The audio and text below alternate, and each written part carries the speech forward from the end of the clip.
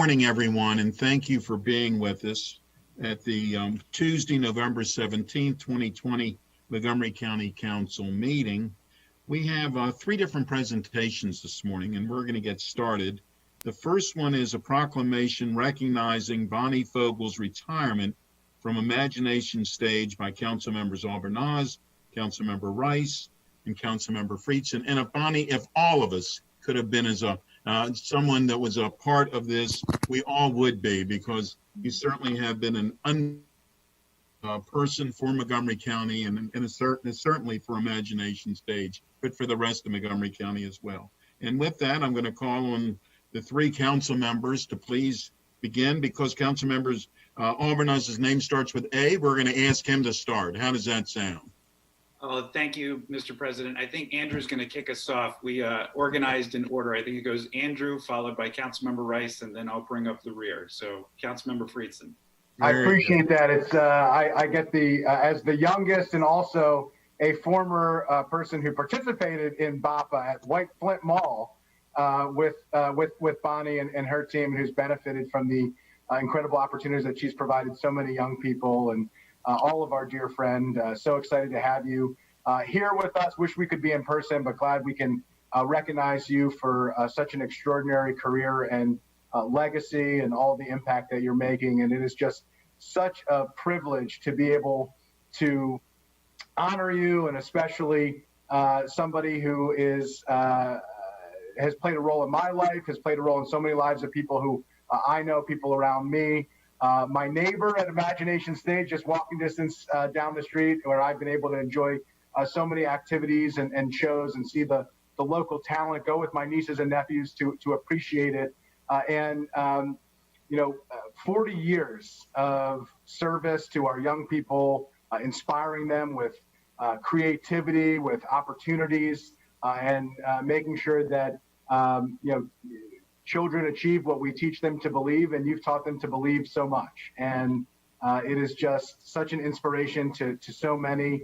And we know that although you may be stepping down from this particular position at Imagination Stage, that you will be an integral part of the Montgomery County Arts Foundation here, as you have been for so many years, and you'll continue to be a prominent voice, not just for Imagination Stage, but for arts education and for arts opportunities in the region, in the county, and beyond. And it's just amazing to see what started as a dream for more arts education from a PTA project has now become a globally recognized arts platform that has and continues to change the lives of generations in our community. There are so many people who have been through your program, who have been to your shows, who have been to the various educational opportunities that you've been to, from education workshops, classes, camps, all of which bridge the cultural division and bring a voice to so many who are often left behind and forgotten.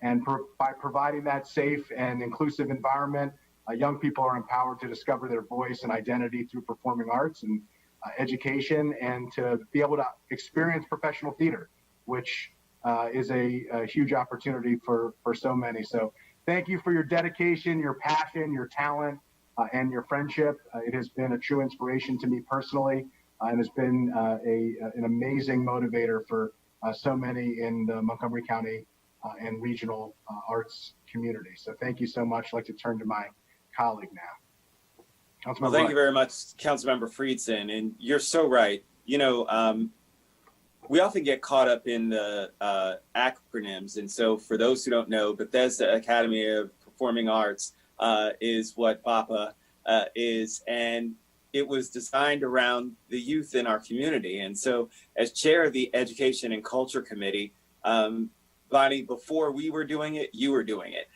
Understanding that education and culture go hand in hand, understanding the need for us to make sure that we provide opportunities for our children to get involved in the arts, and the great value that it has in creating well-rounded community members here, growing in appreciation and an understanding that integrating people with some of our invisible disabilities, whether it's dyslexia or hearing impairments, sensory integration disorders, all those kinds of things were things that you were passionate about in terms of inclusion. and making sure that our children would play a role in being an integral part of Imagination Stage. And then, look, exposure to the arts, we know, can help our youth develop more positive skills and capacities, their persistence, their drive, their collaboration, creative thinking, problem solving, confidence, all of those things. I speak from experience, being the father of two young performers who have both participated in the arts since being very little. When they first wanted to sing The Little Mermaid and forced me to put it on YouTube. So it's clear in terms of how that translates in truly helping our children. And also when it comes to civic engagement. It's really, there are no bounds when it comes to arts and its partnership with education and the things that we can do. The great thing about it is that, Bonnie, you not only grew in organization, Imagination Stage, but you also grew a culture. One that meant bringing arts to our kids is just incredibly important. And so we thank you for that. Albert Einstein said something, and it plays on Imagination Stage. Imagination is more important than knowledge, for knowledge is limited, whereas imagination encircles the entire world. And there it is. You've encircled the entire world with everything that you've done, with your creativity, with your passion, with your drive to make Montgomery County and this world a better place. And we thank you for that. So that was beautifully said by both of my colleagues. 6 years ago, when news began to spread that hundreds of thousands of families were sending their children across the border, escaping extreme violence, ramifications of climate change, and extreme poverty, to come to the United States, kids that were experiencing trauma in their home countries, on their travels here, and trauma with the complicated reunifications of their families. Bonnie reached out to a number of folks in the community and said, I want to help, I want to do something, and came up with the concept of a beautiful performance called Óyeme. She put together an impressive steering committee that included Armando Truel, Antonio Tijerino from the Hispanic Heritage Foundation, Councilmember Navarro, myself, Luis Cardona, Diego Uriburu, and many others. And not only commissioned this remarkable piece that helped provide context and describe the plight of these children, but also created a workshop that Luis Cardona and the Street Outreach Network utilized to connect with youth who had experienced that trauma. It was classic Bonnie. She saw a problem, she saw a gap, and rather than just sit around, she did something about it. And she's been doing that for over 40 years. How amazing is it that somebody sees the plans for a parking lot in downtown Silver Spring and thinks to herself, that'd be a great place for a world-class theater, and actually raise the funds and make it happen. I've known Bonnie since I was 11 years old. Her son, David, and I are very close friends to this day. We went to middle and high school together. We played soccer together. And so I can speak in the first person, not just of the incredible visionary leader she is that we've all grown to welcome and respect, but what a wonderful mom and what a wonderful grandmother she is. You have inspired generations of people, Bonnie, not just to imagine, but to act.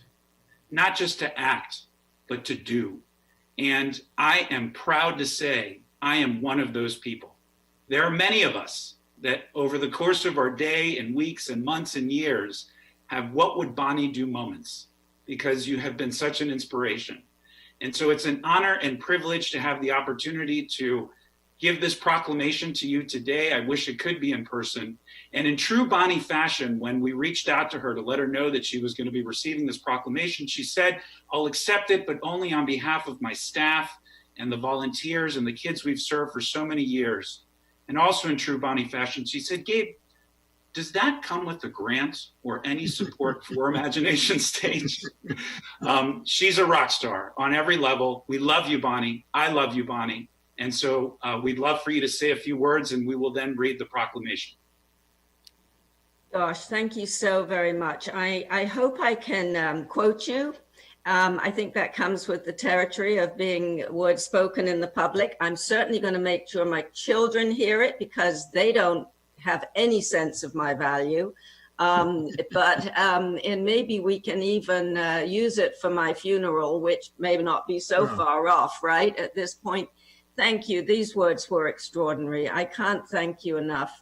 You know, I've enjoyed a supportive relationship with the county council for 40 years. And I have a photo in my office where I was receiving a recognition in person with Howie Dennis and Steve Silverman. I mean, that's got to be 20 years ago, but it has a privileged place. And the reason is because I consider our relationship with the council to be that. And extraordinarily important always through our lifetime has been our relationships with the county council. So thank you, thank you, thank you. Just a few words about the importance of the arts, although nobody could have said it better than you have said it, and Chairman Katz, thank you. You know, I'm an immigrant, and I've always acknowledged that it was extraordinarily good fortune that brought me to Montgomery County 50 years ago. And I always felt privileged that my children grew up here. That said, there was always one thing that saddened me, and that was the absence of comprehensive arts education in our schools, because the arts were my personal salvation. I moved 9 times before the age of 13, and consequently, I had little to no basic education. And the only way I could level the playing field in yet another school was literally on the playing field.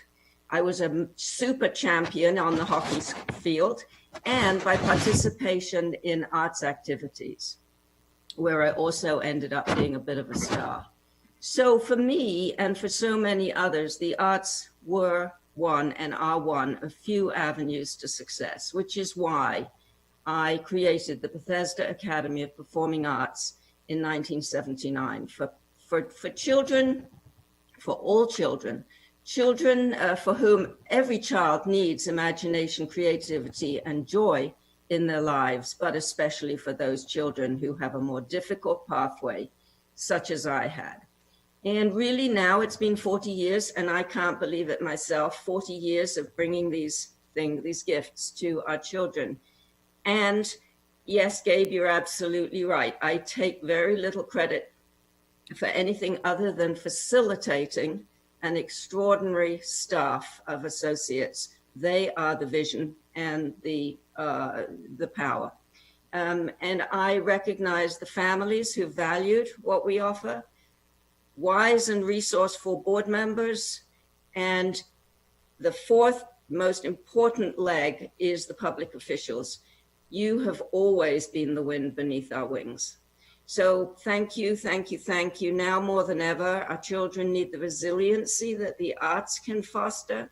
I'm stepping back, but I'm doing it knowing that our leadership of accomplished professionals will maintain our current work. Our board will stay strong. Our families will still need us. And I do do it knowing that we can always count on your support. So thank you so very, very much. So appreciate it. We're going to go ahead and read the proclamation here to offer you the praise that you certainly deserve. Whereas Bonnie Fogel has gifted Montgomery County with over 40 years of dedication to children and the arts, as the founder of the Bethesda Academy of Performing Arts in 1979, in response to the urgent need for arts education for young people. And whereas Bonnie had great foresight to empower our youth through arts education by creating a well-known and cherished regional institution known as Imagination Stage, an organization that highly motivates young people to discover their voice and identity through the performing arts and professional theater. And whereas Bonnie has guided Imagination Stage from a handful of children in a single classroom to a full spectrum theater arts organization with internationally recognized and awarded theater productions by professional actors and artists. And whereas Bonnie's lasting impact in our community includes establishing as a founding member the BCC's Cultural Arts Committee and the Committee for Bethesda Cultural District, receiving the prestigious honors of the Washingtonian of the Year, Maryland's Top 100 Women in 2006, and the Gelman, Rosenberg, and Friedman Excel Award for Nonprofit Management in 2015 for her vision and dedication to youth. And whereas Bonnie's vision to instill hope, courage, and above all, creativity in our youth from all walks of life and abilities, and embrace the complexity and diversity of our world through the arts, will support our next generation of leaders to overcome challenges with confidence and success for generations to come. Now, therefore, it be resolved that the County Council of Montgomery County, Maryland hereby honors Bonnie Fogel on her retirement as Executive Director of Imagination Stage. And be it further resolved that the County Council recognizes that Bonnie Fogel's commitment to arts education for more than 40 years has been crucial in making Montgomery County a distinguished arts community as Imagination Stage continues to impact the lives of children and adults all over the world. Presented today on the 17th day of November in the year 2020, signed by my colleagues, Councilmember Andrew Friesen and Council President Katz. Bonnie, congratulations, and thank you again. Thank you so very much. Wonderful. Thank you. Thank you. And that was most well-deserved, and they all did a good job. I think they all deserve an Academy Award. What do you think, Bonnie? There you go. Absolutely. I'll give you one in person next time I see you. Yeah, there you go. Thank you. It's so good to see you. Next, we're going to have another proclamation recognizing Dr. Harvey Alter on his 2020 Nobel Prize in Physiology or Medicine by Councilmember Friesen. thank you so much. Is Dr. Alter with us? I see his name. There he is. Dr. Alter, thank you and welcome. I am so privileged and excited. This is a celebration of the extraordinary talent that we have in Montgomery County, and Dr. Harvey Alter, who is with us today, is chief among them. I never take for granted just how fortunate we are to live in and grow up, and for me to be able to represent a community of such talented and purpose-driven people. And so I am so excited this morning to be able to honor Dr. Harvey Alter of Chevy Chase, who last month got the 4:15 a.m., I'm told, phone call from Sweden that he has been named the Nobel Prize winner in physiology or medicine for 2020. His curiosity, his perseverance, his dedication to answering unanswered scientific questions are extraordinary and led him and his team at NIH to discover a strain of viral hepatitis that couldn't be explained by hepatitis A or B, a discovery that has saved millions of lives and will continue to save millions more. Dr. Alter's story is particularly important in this moment as we are seeing the rapid development of potential vaccines and treatments for COVID-19 so that we can understand the work and skill that it takes to hunt down and ultimately fight a deadly virus. It was more than 50 years ago that Dr. Alter started at NIH and then co-discovered the antigen to detect hepatitis B. Given the support by NIH to keep up his research, to keep pursuing the science, he and his team stored blood samples and were able over the years to identify a disturbing trend of hepatitis associated with blood transfusions. That later became known as hepatitis C. This is decades of pursuing the science that resulted in the effective elimination of hepatitis cases from blood transfusions and medicines that have cured countless people from a disease that still leads to the deaths of 350,000 to 500,000 people a year across the globe. As Dr. Alter has said, this award also speaks to the extraordinary people and institution that we have right here in our backyard at the National Institutes of Health. We're lucky to live in a community with the world's best clinical research center and so many people committed to improving the health of millions around the world that they'll never meet, like Dr. Alter. We are so proud of Dr. Alter, who has lived his entire adult life in Montgomery County, and we are incredibly excited for this extraordinary and well-deserved accomplishment.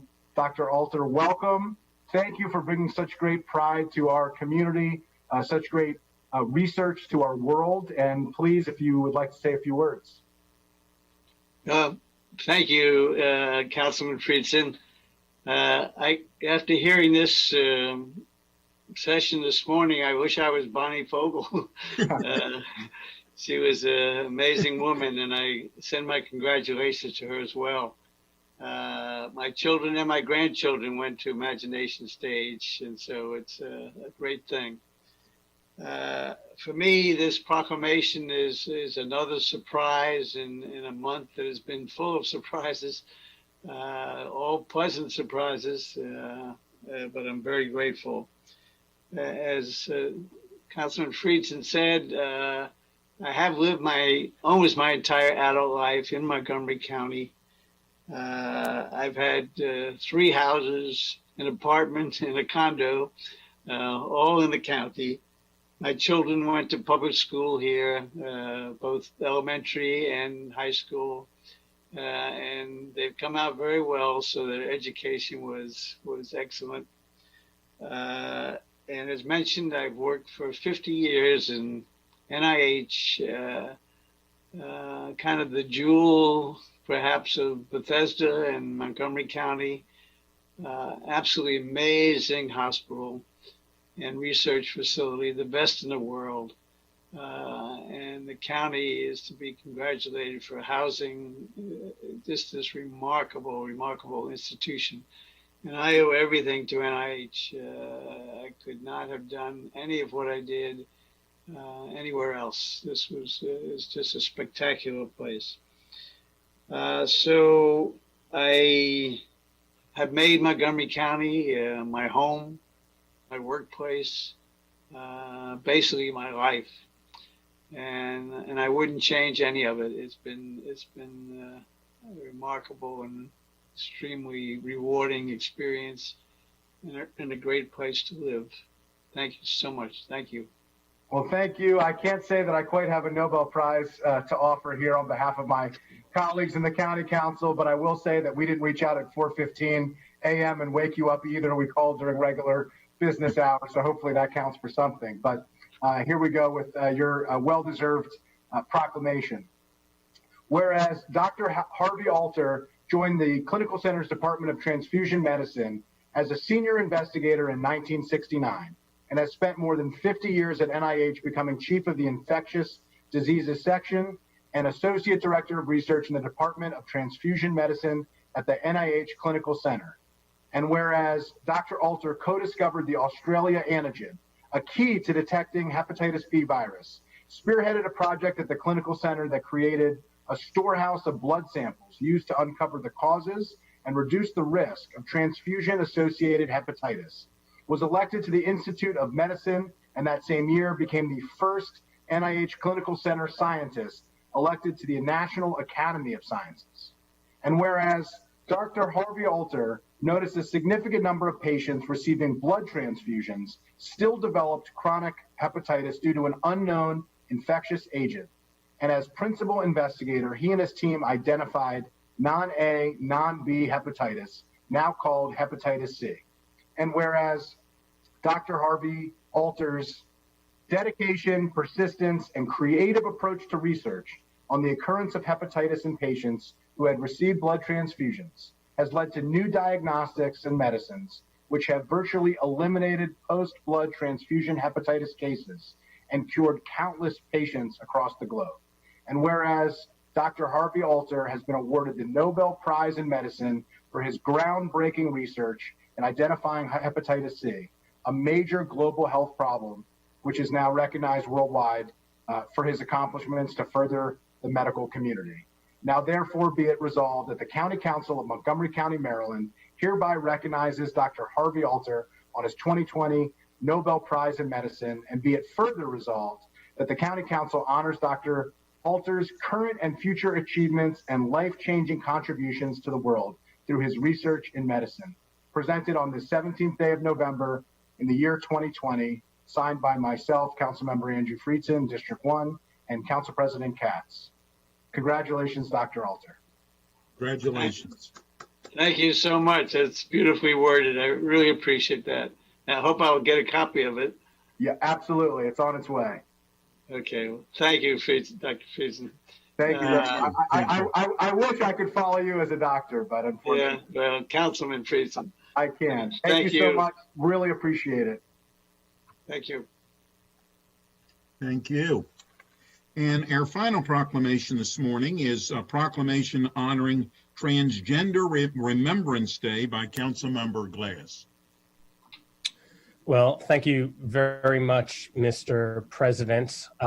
This Friday is the Transgender Day of Remembrance, and it's an opportunity to honor and mourn members of the transgender community who've been lost to violence or suicide, both of which continue to disproportionately affect this community. And according to the Human Rights Campaign, 2020 has been the most violent year for the transgender community within the last 5 years. And many of the most celebrated icons in transgender activism have been trans women of color. Yet both Black and Latinx women remain some of the most vulnerable in an already marginalized community, making up a majority of those lost in recent years. And before we proceed with the reading of this proclamation and hearing the special words of our honoree, I would like to ask for a moment of silence to remember the lives lost across this country to violence or suicide. Coming up on our screen are going to be the names of 45 members of the transgender community who have passed in this last year.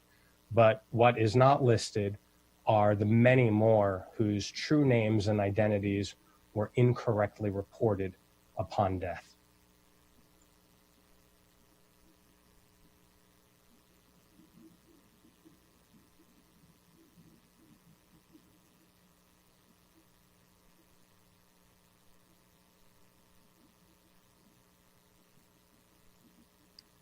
Thank you.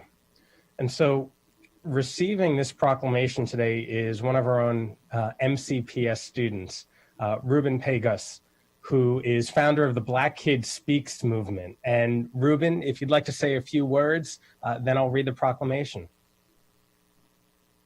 Thank you, Councilman Glass. Trans rights are Black rights, they're gay rights, and they're human rights. Thank you for inviting me to this event and gathering for Transgender Day of Remembrance, even in the first place. The right to be is universal, and in 2020, we see the call to justice on the many horrific and inhumane issues facing the Black and queer communities. I can personally relate to the continued need to fervently exercise our First Amendment right to assemble as one and to forcibly speak out against all injustice. The Black Kid Speaks empowerment movement is fully committed to the perpetual empowerment of the transgender community. Recognition and acceptance is the first step to a more just and equal society, but I urge everyone watching and participating today to follow up on this action for a trans community and especially the Black trans community. We all must continue to speak up for the right to be. Trans people have every right to just be, to be free from transphobic aggressions, to be free from discrimination in the workplace, to just be free to live. But sadly, in 2020, we have already seen the murders of 34 transgender siblings. The only way to prevent further violence is to take action now.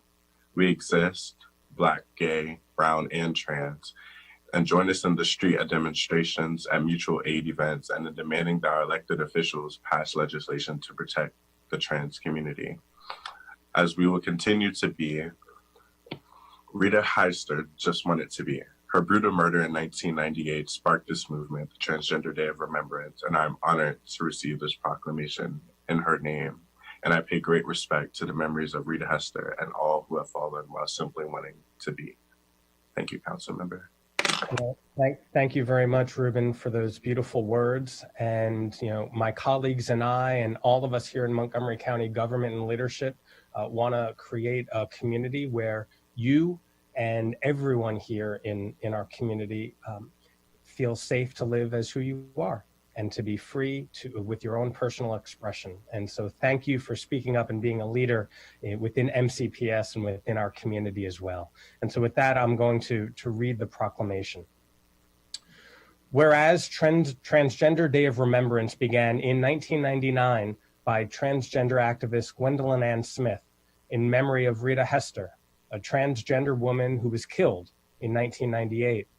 The vigil paid tribute to all the transgender people lost to violence since Rita Hester's death.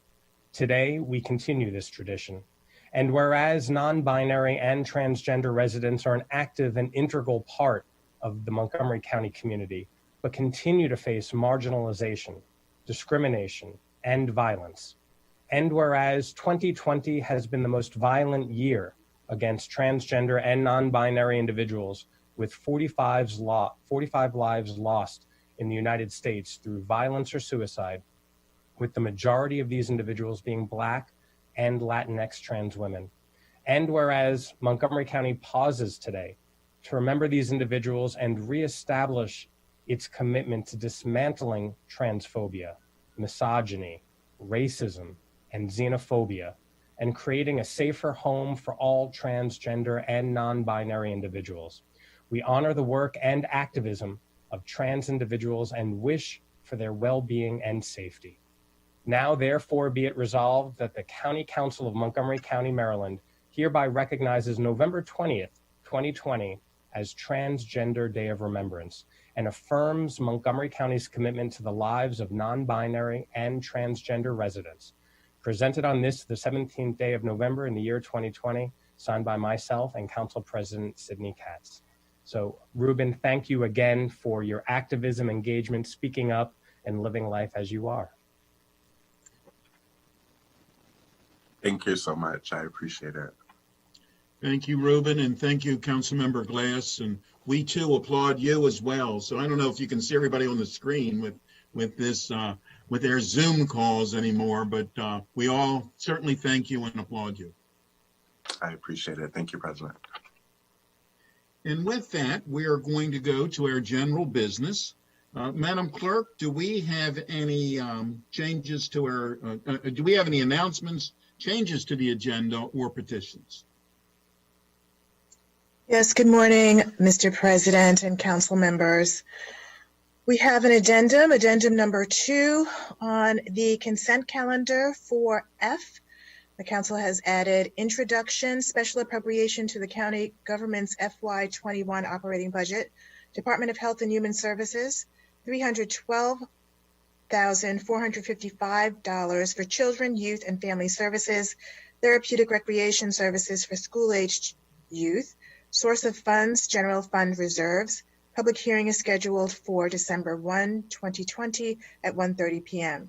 Added 4G, introduction, special appropriation to the county government's FY operating budget, Department of Recreation, $406,000 for youth development, after school youth support, and engagement hubs. Source of funds, general fund reserves, and amendment to the FY21 operating budget resolution section G, FY21, designation of entities for non-competitive contract award status, Montgomery Collaboration Council for Children, Youth, and Families. Public hearing is scheduled for December 1, 2020 at 1:30 p.m.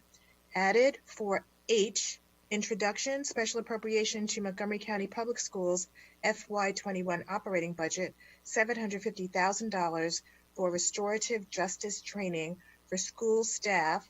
Source of funds, general fund reserves. Public hearing is scheduled for December 1, 2020 at 1:30 p.m.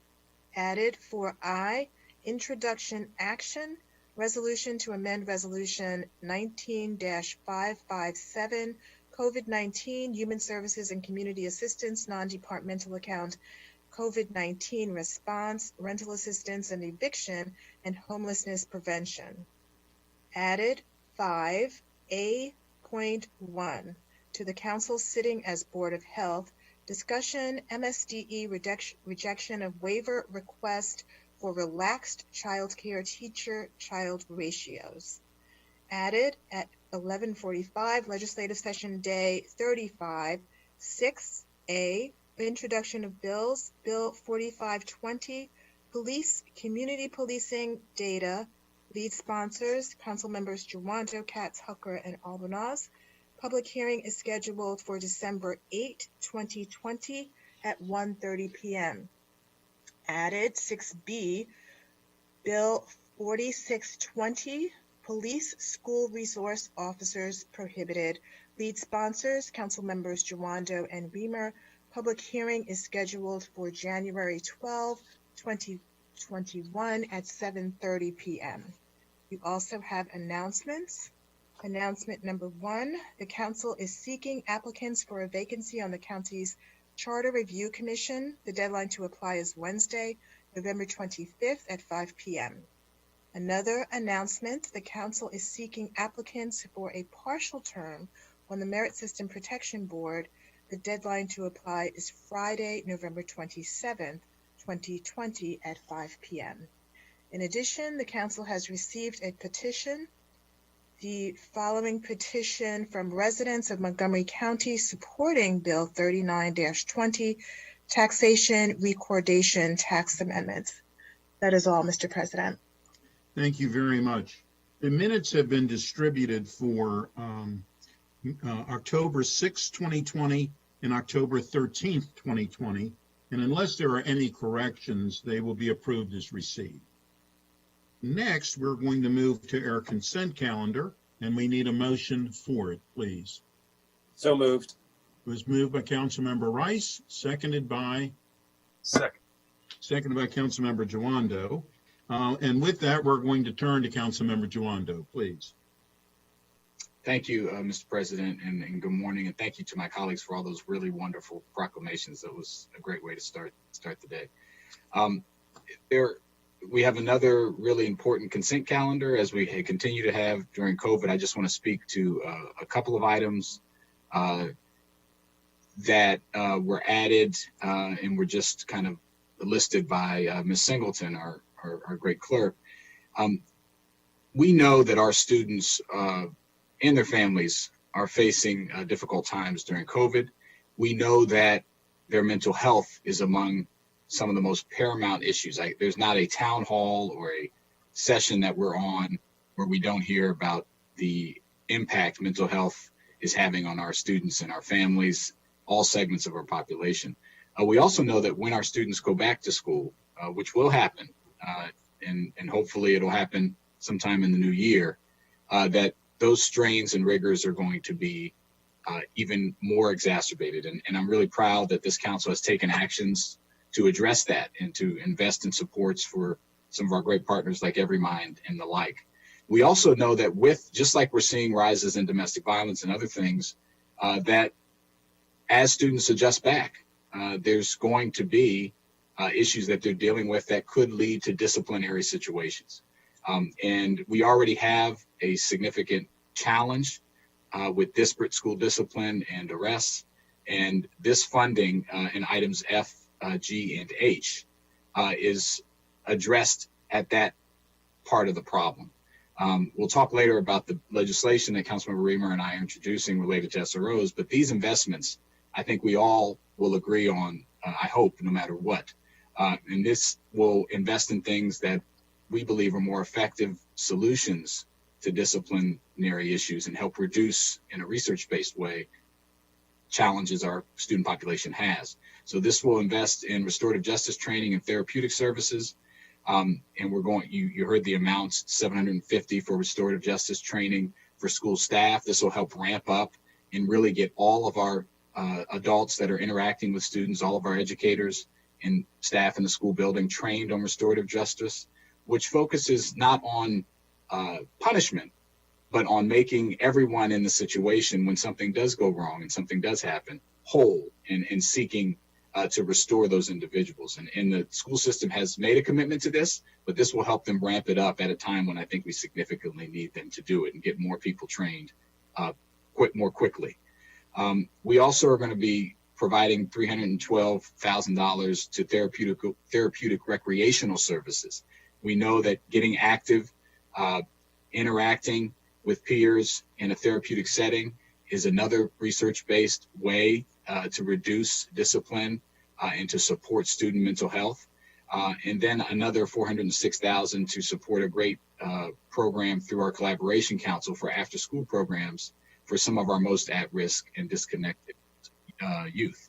So I think together these are going to be really important investments, particularly as we head into the spring, the late winter and the spring, and have the opportunities for students to start re-entering and adjusting back. So I want to thank Councilmember Reamer for his partnership on these items. And I just wanted to briefly note also, I'm very supportive of the increase from $4,000 to $6,000 for the rental assistance. Really glad we're doing that and appreciate everyone who's been involved with that. Thank you, Mr. President. Thank you. Councilmember Reamer. Thank you. Appreciate the comments from Councilmember Jawando. I thought he really laid that out nicely, and I appreciate his partnership on these amendments and the legislation. And as he said, I think, I know I've heard from Councilmember Rice, his enthusiasm for the appropriations. I think that ideally these three will be measures that everybody does, embrace, because they're very consistent with the work that we've been doing, across the spectrum of support for students and families. So I can just add a few data points to the conversation. Normally, we would have about 3,000 youth served in our Excel Beyond the Bell programs right now. Those kids are, not getting the benefit of programming and guidance and structure in their lives. And I don't know that we know much about what their lives are like at this time. So the idea behind the therapeutic recreational programming is to try to reach into those families, to find those kids and give them a way to, be in person and get the benefit, once again, of structure and guidance and positive engagement. So I think that's a really important step for us to take. The Collaboration Council hubs would be 2 12-week after-school clubs. There would be 3 locations in 4 high school clusters, Montgomery Village, the East County, Gaithersburg, Wheaton. They'd operate from 3 to 6 o'clock daily, collaborating with community partners and school administrators and mentors. So again, trying to reach more deeply into the families and find the students and provide support to them. And we'll talk about the SRO, legislation in a bit, but I think we all understand that diversion is crucial, that meeting the needs of children is one of our greatest responsibilities. Councilmember Jawando and I are bringing this forward as an attempt to, I think a really well thought through attempt to begin building that diversionary model, and in companionship with the restorative justice training, which I think in the long term is going to be one of the most crucial functions, is working with our school system so that the administrators, the principals, the teachers, the coaches, everybody, has ingrained a new approach to disciplinary issues, working with students, working with the school community to find a better way. When you put all of these together, I think it's a cohesive strategy for dealing with the challenge that presently results in arrests and in the future might result in better outcomes for the kids and for the community. Thank you. Thank you. Councilmember Rice. Well, thank you very much, Mr. President. And I did want to highlight and touch on the items that were discussed, as well as a few others. So let me just jump into FG and H, because I think that there's a lot of conversation and maybe some confusion about some of the information as well. These are all practices that we've been doing.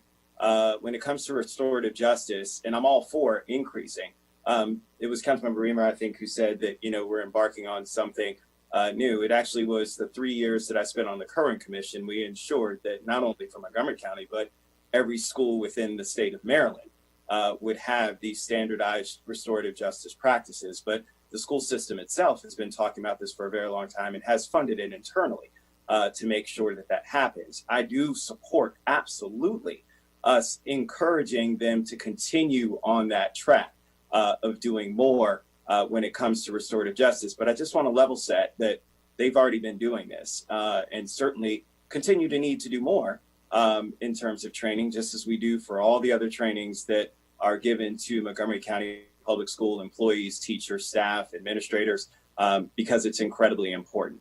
So we need to continue down this pathway that started some time ago. So I completely support the ideology. When it comes to the after-school hubs, I think that it's great building on what we already did when it came to the education equity hubs at our schools and continuing to expand the support outside of the full day where we have with our collaboration council and do a little bit more in terms of ensuring that there's additional time that students might be able to spend with their colleagues and peers to be able to deal with a lot of the stresses that they're encountering right now. I do agree that from a mental health perspective, it's going to be incredibly important for us to make sure that we stand up those supports. So much so that it's the reason why I partnered with Councilmember Albornoz and Council President Katz. And, you know, we've been very adamant about increasing mental health and have done that since the beginning of this year, before the pandemic even hit, making sure that that was a priority. So again, these are all things that we've been doing. We still need to expand them, but I want to make sure that folks understand these aren't new. These are things that are incredibly important for us that we know we need to double down in our efforts and making sure that we continue to do more. And then when it comes to school resource officers, you know, it'll be interesting to talk, and we'll have that conversation a little bit later about how the two may tie or may not tie together, because these are principles, as you heard from Councilmember Reamer, that folks support regardless. These are things, like I said, that we've been doing and that we want to make sure continue because they are incredibly important to the success of our children. And I'll just close with talking a little bit about some of the other supports and really give kudos to Montgomery County Public Schools. They have continued to try and figure out ways in which they can advocate and get additional funds, CARES funding, whatever the case may be, whether it's in CPS, whether it's Montgomery College, to try and make sure that they're standing up the great work that's being done. And so really just want to say thank you to our leadership within Montgomery County Public Schools and Montgomery College, who continue to meet the needs of our students in these incredibly challenging and troubling times. They really deserve a tremendous amount of credit, and I just really want to thank them for everything that they've done. Thank you, Mr. President. Thank you. Councilmember Claes. Thank you very much, Mr. President. I appreciate my colleagues' leadership on the items in which they talked about on this consent calendar. And I just want to take a quick minute to discuss item I, which will increase the amount of CARES Act funding that individuals in need of rental assistance will receive, increasing that limit from $4,000 to $6,000. And, you know, this is an acknowledgement of two things. One, the need in our community exists. And secondly, that there is a deadline approaching and we need to use all of the CARES Act funding by the December 30th deadline. And so I think this is a smart way to use these funds in the time that is remaining to recognize the need that exists. And then the second component of this item is to provide $5,000 in assistance for people who are currently in shelter. And they can opt into this program to accept $5,000 in assistance to then go find permanent housing of their own. And the studies, national studies, show that this is a very smart, effective strategy for reducing and ending homelessness. And the ability for us in Montgomery County to employ this program, utilizing some of the remaining funds from the CARES Act, I think is a beautiful thing. And I look forward to working with DHHS and all of my colleagues to see how this program has turned out. But I think this is a really good opportunity for all of us and many in the nonprofit community who have spoken with so many of us about providing direct support for individuals in need. And that is what this program essentially does. So much more to come in the months ahead to see how this program worked out. But I think we're using these CARES Act funds properly in the last remaining weeks that we have them available. I yield back. Thank you very much. Councilmember Navarro. This is an incredible consent calendar once again. I think that the remarks that have been made are so on point. I definitely want to highlight item F, G, and H. As Councilmember Rice pointed out, you know, it's always heartwarming when I see how our departments, Department of HHS, Recreation, our partner organizations like the Collaboration Council continue to come together to build on what has been done to continue to put forth really creative ideas. And also when we're able to seek funding to expand it, because the need continues to grow. But the commitment that these departments, the leadership in these departments, these organizations, the commitment is still there.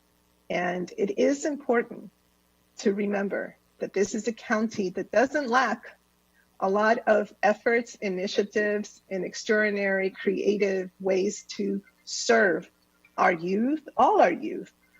And like Councilmember Rice said, these are not new efforts. These are efforts that build on quite a bit of work, a lot of strategy, a lot of coming together, collaborating, a lot of learning from best practices. And so, again, I think that there is a theme here. And I, as one of the other veterans on this council, want to make sure that the message is clear, that this builds on many of the efforts that we've put in place and continues to enhance. That's the one thing about us here in Montgomery County. We're all about continuous improvement. But it's not like we're just today woke up and decided that, this was important. And I need to say that again, because it is wrong not to acknowledge the amazing work that all the staff, that all these folks who have been in the trenches for decades, some of them continue to come forward and say, this is where we should invest, this is what should happen. The other issue that's important to remember, and I think it's important for my colleagues to remember, is that, because I've said this time and time again, scalability is important. And so just like we did with the Early Care and Education Initiative, we need to start thinking about how do we scale up some of these programs as well. And I think right now, given this crisis, we have been able to come together in some important ways. So I appreciate very much the comments as well as our continued support for these very creative, but also very well-established interventions, because they will make a big difference to our youth. Thank you. Thank you very much. Councilmember Albornoz. Thank you, Mr. President. Just a footnote, I'm having an issue with my audio today. I apologize up front. It's a long story, but anyway, so hopefully you guys can hear me. I want to start with item I. We received a report recently that over the last 2 months, the number one issue that 311 call takers are receiving is related to housing. And we also heard in the Public Safety Committee recently that there are almost 200 families that are facing eviction once the moratorium is lifted and the emergency order is lifted. This problem is profound and it is growing. And it is, we are heading towards a cliff here. And so this is a very important appropriation, and probably there will need to be more moving forward, because preventing families from losing their homes has a cascading effect on so many other services and programs. And so I want to thank all of my colleagues who have been working on this issue, and also Councilmember Glass, who is our lead on homeless and special needs populations, who has also been working diligently with Amanda Harris and the team at HHS on this. And so this is important, and further evidence that we get its importance and we got to evolve. And on the other measures, I agree with everything that's been said. There are days when I miss being at the Department of Recreation, being in a position to carry out programs directly.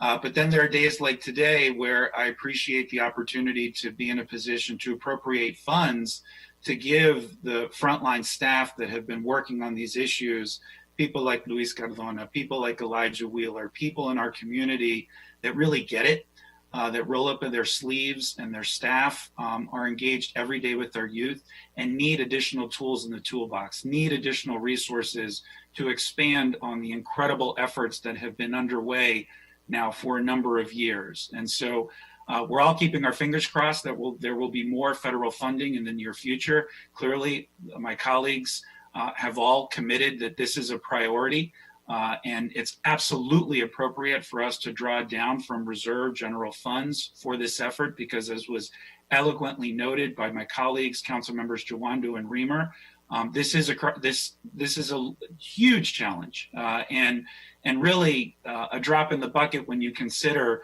the amount of social and emotional needs that, as was noted, we're not even aware of right now, because we're not able to engage our students in the ways that we were before. And so we have to put our staff at MCPS and all those providers in the best possible position once we do reopen, and to engage our students in very meaningful ways. And so I'm very supportive of these appropriations. There will be more that needs to happen, but it's an important component to an ongoing conversation. Thank you. I yield back to you, Mr. President. Thank you very much. Councilmember Reamer.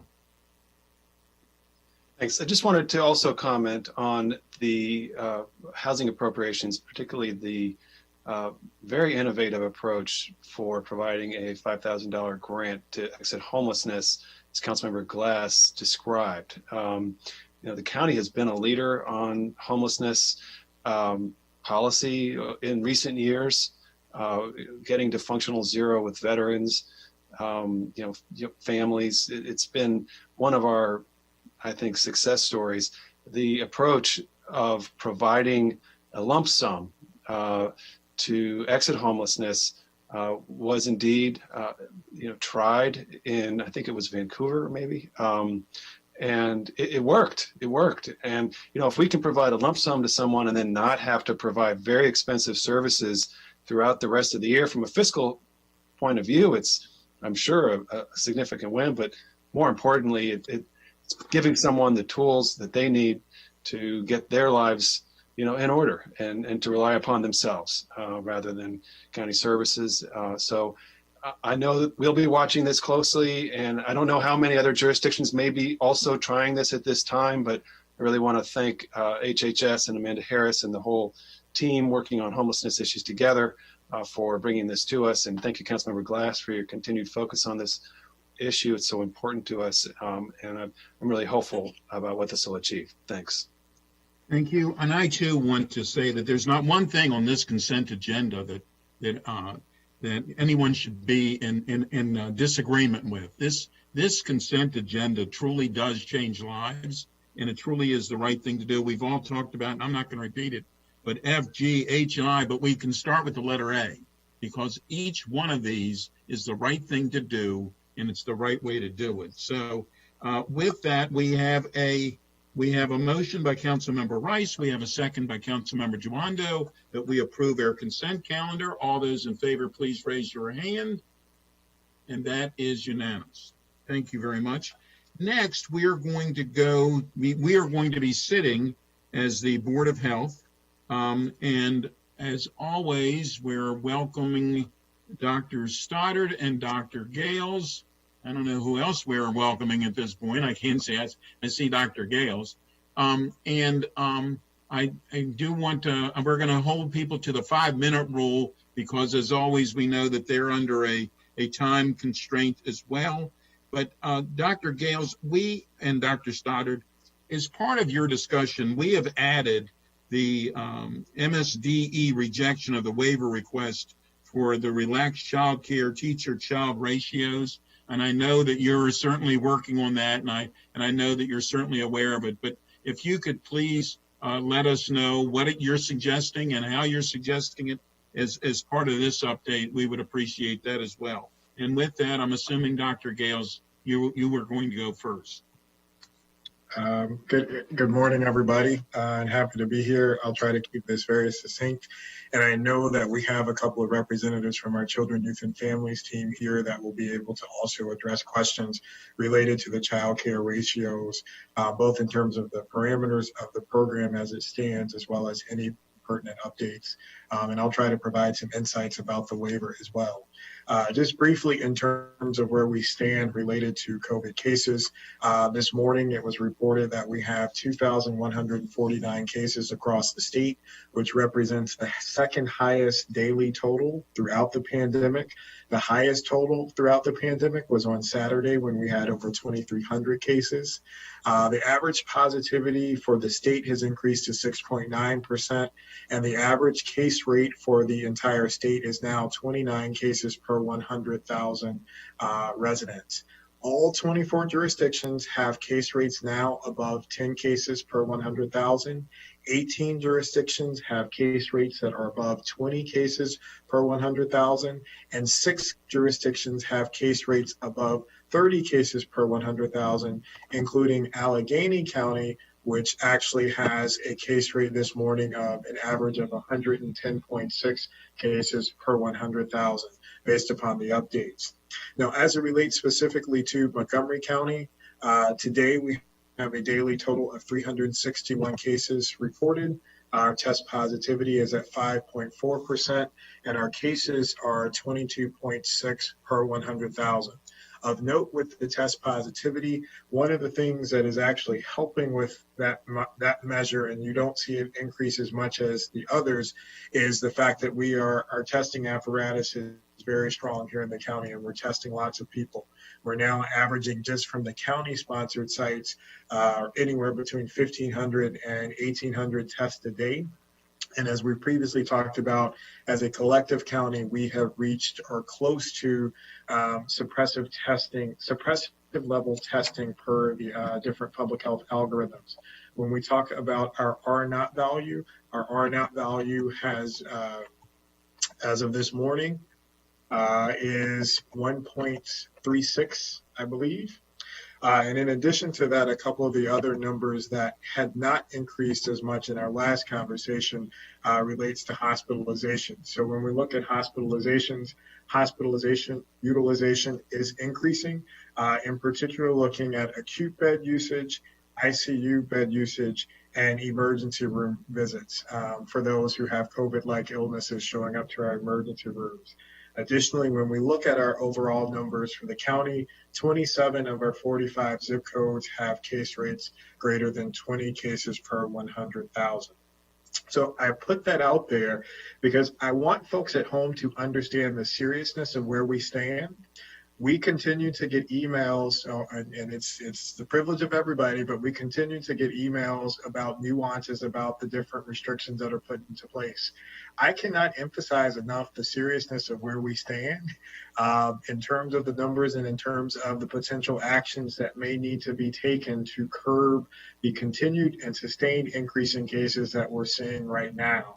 And to that end, we are continuing to look at our contact tracing data to determine the potential next steps that we may have to take, given the way the numbers are trending right now. We will get an updated report on contact tracing on tomorrow from the state. We will look into that further. We, in terms of a couple of other updates and key areas related to vaccines. So the state has convened a commission of experts to look at that, including experts from industry, academics, and public health. As the chair of the State Immunization Advisory Committee, I am a member of that committee. We had our first meeting on yesterday. We are getting more specifics from the federal government as we talk through how we will disseminate the vaccine throughout our community. And something that I want to also emphasize is that this process is heavily regimented. There will be 4 phases of priority groups. And the way this will be disseminated is it will be heavily regimented and in concert with the state. There will be lots of guidelines and expectations that we have to follow as designated by the federal government and the state that will determine how we can roll this out. Now, at least in the early stages of this, the process will be very much defined by public health teams and distribution processes. There will not be opportunities to dole out, to give out vaccines and say, here's to this group, here's to that group, at least in the early stages. There are partnerships being formed with pharmacies to be able to provide vaccine coverage for our assisted living facilities and nursing homes, at least for staff. We can say all of our nursing homes and assisted living facilities in Montgomery County have partnered with and signed up with pharmacies to provide that support.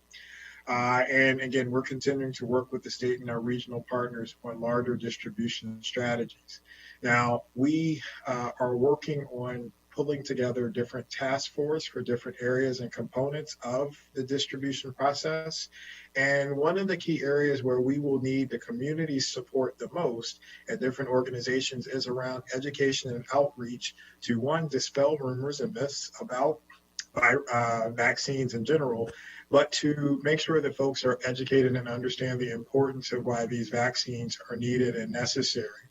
And there will be opportunities to partner with groups as well to be able to utilize those resources, at least in the early stages, to get the vaccine out. There are 2 candidates so far. They have not made it across the finish line. I want to be very clear about that, that have shown promise. A vaccine candidate from Pfizer and a vaccine candidate from Moderna Pharmaceuticals. They are different in their storage requirements and how they will be rolled out, but each of them at this point, what we know, will require 2 doses approximately 1 month apart. And the anticipation is that we will potentially get some vaccines, at least for the first priority group, to start disseminating that potentially as early as late December, around the winter holidays. So I will stop there, but just wanted to give some broader updates. We'll turn the floor over to Dr. Stoddard. Happy to answer any questions you all may have. Thank you. Thank you. Dr. Stoddard. Good morning. A few things I want to touch on today. So we're going to work on a release related to this, but we did post on the county's website the guidance around ventilation and filtration. I want to say a few things about that publicly so that everyone's clear. Number one, not all buildings, in fact, most buildings will not be able to meet all of these guidelines, and they're simply guidance. Depending on the design, age, and layout of a HVAC system, one or more of these may be meetable without any substantial increase in or any capital costs, essentially, for replacing those systems. We're not interested in having people go out and do wholesale changes of their HVAC systems. Number one, it would be incredibly expensive to do so. Number two, you likely could not get the work done in a timely enough fashion. And number three, we're concerned about making any long-term changes that would substantially change systems to make them less energy efficient, given the threat of climate change that we're also having to respond to. We're going to do some more media to get those out there more publicly for all of our businesses to see. In addition, we have been, we actually started last week, had a webinar with our business community, Dr. Gales and I did on Friday. I will be attending the next one on this Friday, and we will actually be having some experts come in from outside the county to talk about the ventilation and filtration guidelines and how businesses can aim to improve their ventilation and filtration at low or no cost. We're also working on a houses of worship webinar. We're tentatively planning that for next week as well. Obviously, having made changes to our houses of worship guidelines with the past executive order, as we did with several other categories. In addition, Dr. Gales referred to the Wednesday contact tracing report. And as we've been tracking the contact tracing, we have seen an uptick in the contribution of people participating in religious services and attending religious facilities in the overall contact tracing numbers that have been observed. I think that's something that we want to be able to talk to the faith community about, and how their role in keeping the virus in check is incredibly important. So we're actually actively working on that.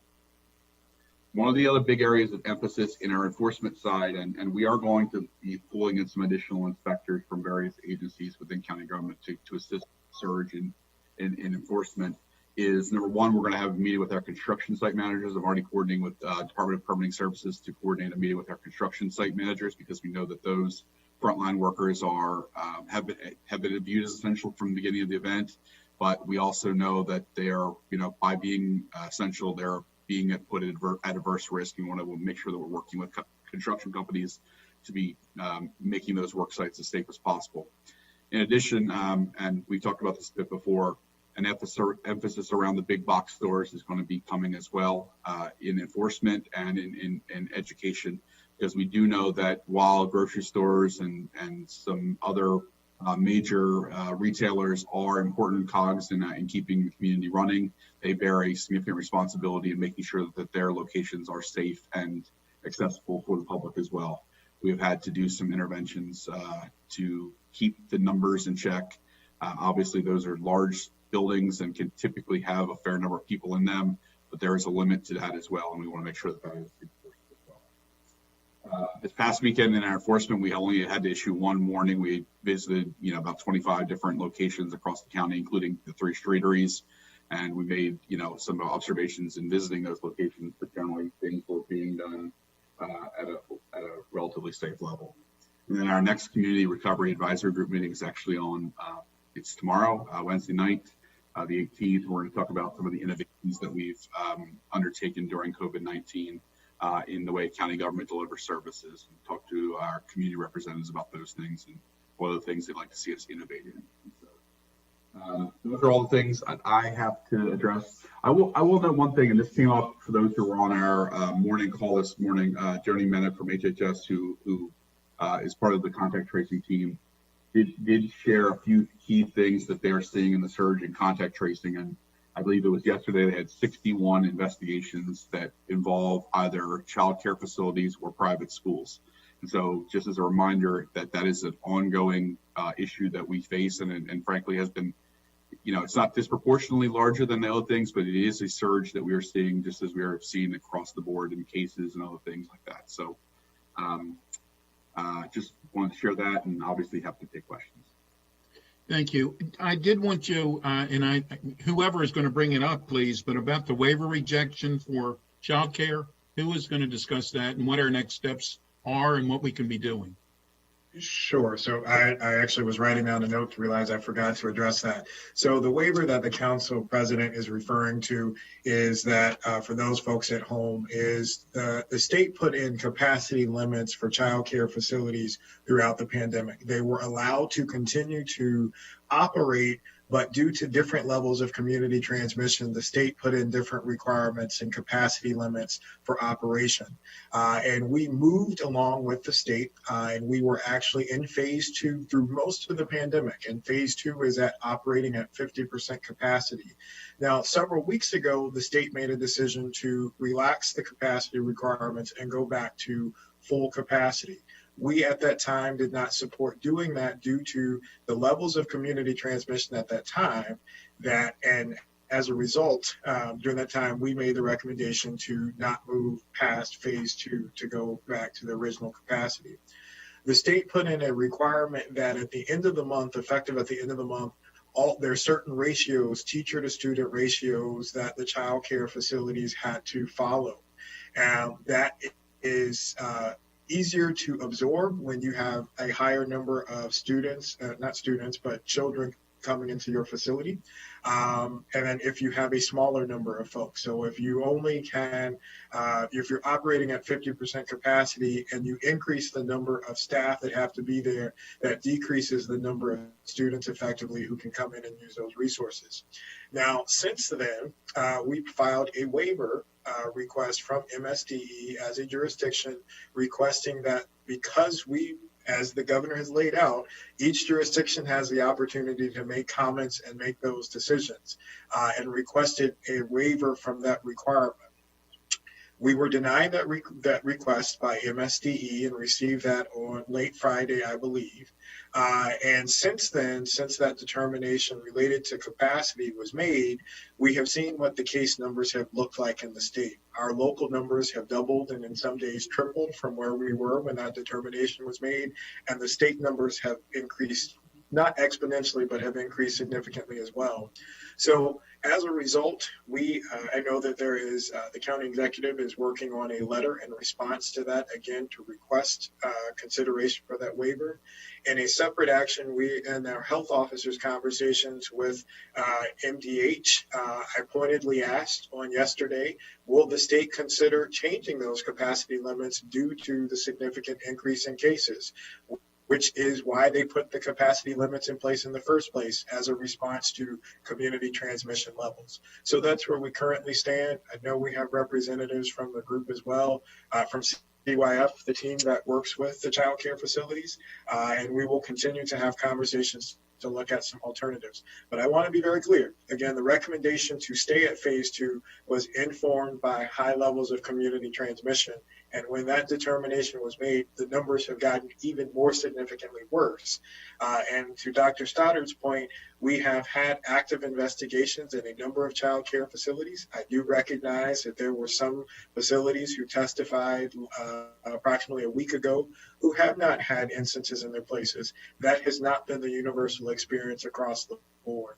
And the reason why we're concerned about it is higher levels of community transmission, much like we put in restrictions to businesses, schools, and other places, could potentially lead to increased cases within those child care settings, not just for children, but also for staff, and lead to further closures of those facilities. So just so I understand, we're asking again for a waiver. We're asking for reconsideration of the waiver that was rejected. And then if that reconsideration is not given, then Ms. Barnes or whoever else is on, I can't see everybody on the call, but who's ever else on the call, what would be our next step? I mean, could really be a crisis for families in Montgomery County. And so we need to, and I don't know if you can comment on everything that you're attempting to do, but we need to figure out what our next steps could be if we don't receive the waiver that candidly we should be receiving. Ms. Barnes or whoever else is on the call, please. Ms. Andrews, go ahead, please. This is Joanne Barnes, Chief of Children, Youth, and Family Services. I would like to turn it over to Barbara Andrews. Dr. Andrews is the head of Early Childhood Services, and she and her staff are working closely with providers and clearly understand the impact that this has on a typical provider. If the state does not approve the waiver, I think at this point we'll have to put our heads together and see what other remedy we can come up with within the guidelines of the law that the state has provided. What's confusing to us is that the state has given us, through the public health officer, the ability to do some things locally based on what's happening in our community. And then at the same time that we ask for requests to help fill the needs based on the statistics in our community, then they deny that. So it does put us in a bit of a quandary. Barbara Andrews, if you're there, could you talk a little bit about what that means to a typical provider? I know we know of some instances where it is going to have an immediate negative impact. Right. So this is Barbara Andrews with Early Childhood Services. The one thing, sorry, Dr. Gales, I need to correct one thing. They were never at 50% capacity. You know, we had that whole issue before. They're at 15 in a room is phase 2, or 15 in a family child care home. And that's 15 people, not 15 children. So you have to factor in the teachers. And in family child care, it includes the number of people they have in their family who are in the home. So it limits their enrollment. And the issue with the waiver was they did deny it. And what we don't completely understand is that in phase 1 and phase 2, they were able to reduce the ratios. We're still in phase 2. It's no different than what we were doing before. And yet they're requiring across the state is requiring that across the state by the end of November that everyone go back to normal ratios, which would be in place if you had normal enrollment. The state has gone to normal enrollment as a whole.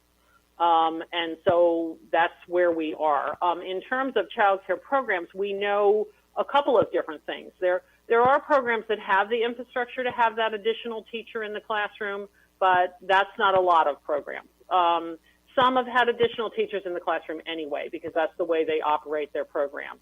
It is very difficult for family child care. You know, we're talking about people who may only have a couple of children in care. In terms of other programs, there are some that are choosing to say to a parent, I can't have your children here because I can't hire another teacher for this ratio requirement if I can't go back to full enrollment. So that's where the situation sits. Another letter, the second letter, is going to the state this afternoon. It's a very strongly worded letter. And then beyond that, the county executive has to decide what he wants to do. Thank you. We are all very, very concerned about this, and we know you are as well. And so we stand ready to work with you in any way that we can to help in any way that we can. And with that, I'm going to turn to my colleagues. We're going to go to the 5-minute rule. So, Councilmember Navarro, you are the first council member, please. Thank you so much. A lot of important information. So definitely, I'm trying to figure out how to triage my comments or questions. I continue to go back to this notion of communication. Obviously, now we've entered a different stage, and people are trying to figure out, of course, what that means for us locally, but also the issue of vaccines are really important. Dr. Gales, thank you for mentioning the fact that the state will be providing that guidance. I know DC has its own task force. I assume it's because they're not a state, so they do it locally, and it was something that I know at COG that has been discussed. I'm wondering, when I look at the portal, it's very content rich. And I do wonder if it's possible to somehow redesign the portal so that if a resident wants to click on there, we have the numbers, the number of cases, et cetera. We are obviously in this fluid situation where we may have to make some changes, et cetera. I'm wondering if it's possible to not only have the case numbers and all, but to have some type of way to signal why it is that at this point in time we are monitoring and really truly entering a second wave. And as things begin to change vis-a-vis an executive order or anything like that, that can be sort of front and center versus making it so content rich. I mean, I know we do Twitter, we do all these things, but I still feel that the issue of communication is going to be so central for us as now we're, trying to navigate this next wave. Has there been any thought about taking another fresh look at the portal with that, sort of angle, that kind of being able to say to folks, hey, we've entered a new phase here. This is different now. It's a little bit somber, of course, but we have got to understand that this is where we are.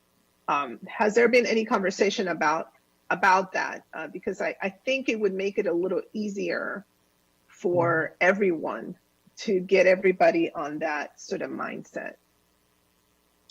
Yes, I know the comms team has been taking the feedback that you all have provided, and in additional conversations. I know that the PIO met with Councilmember Glass last week to talk through some strategies, how to distill the information in more palatable, digestible ways.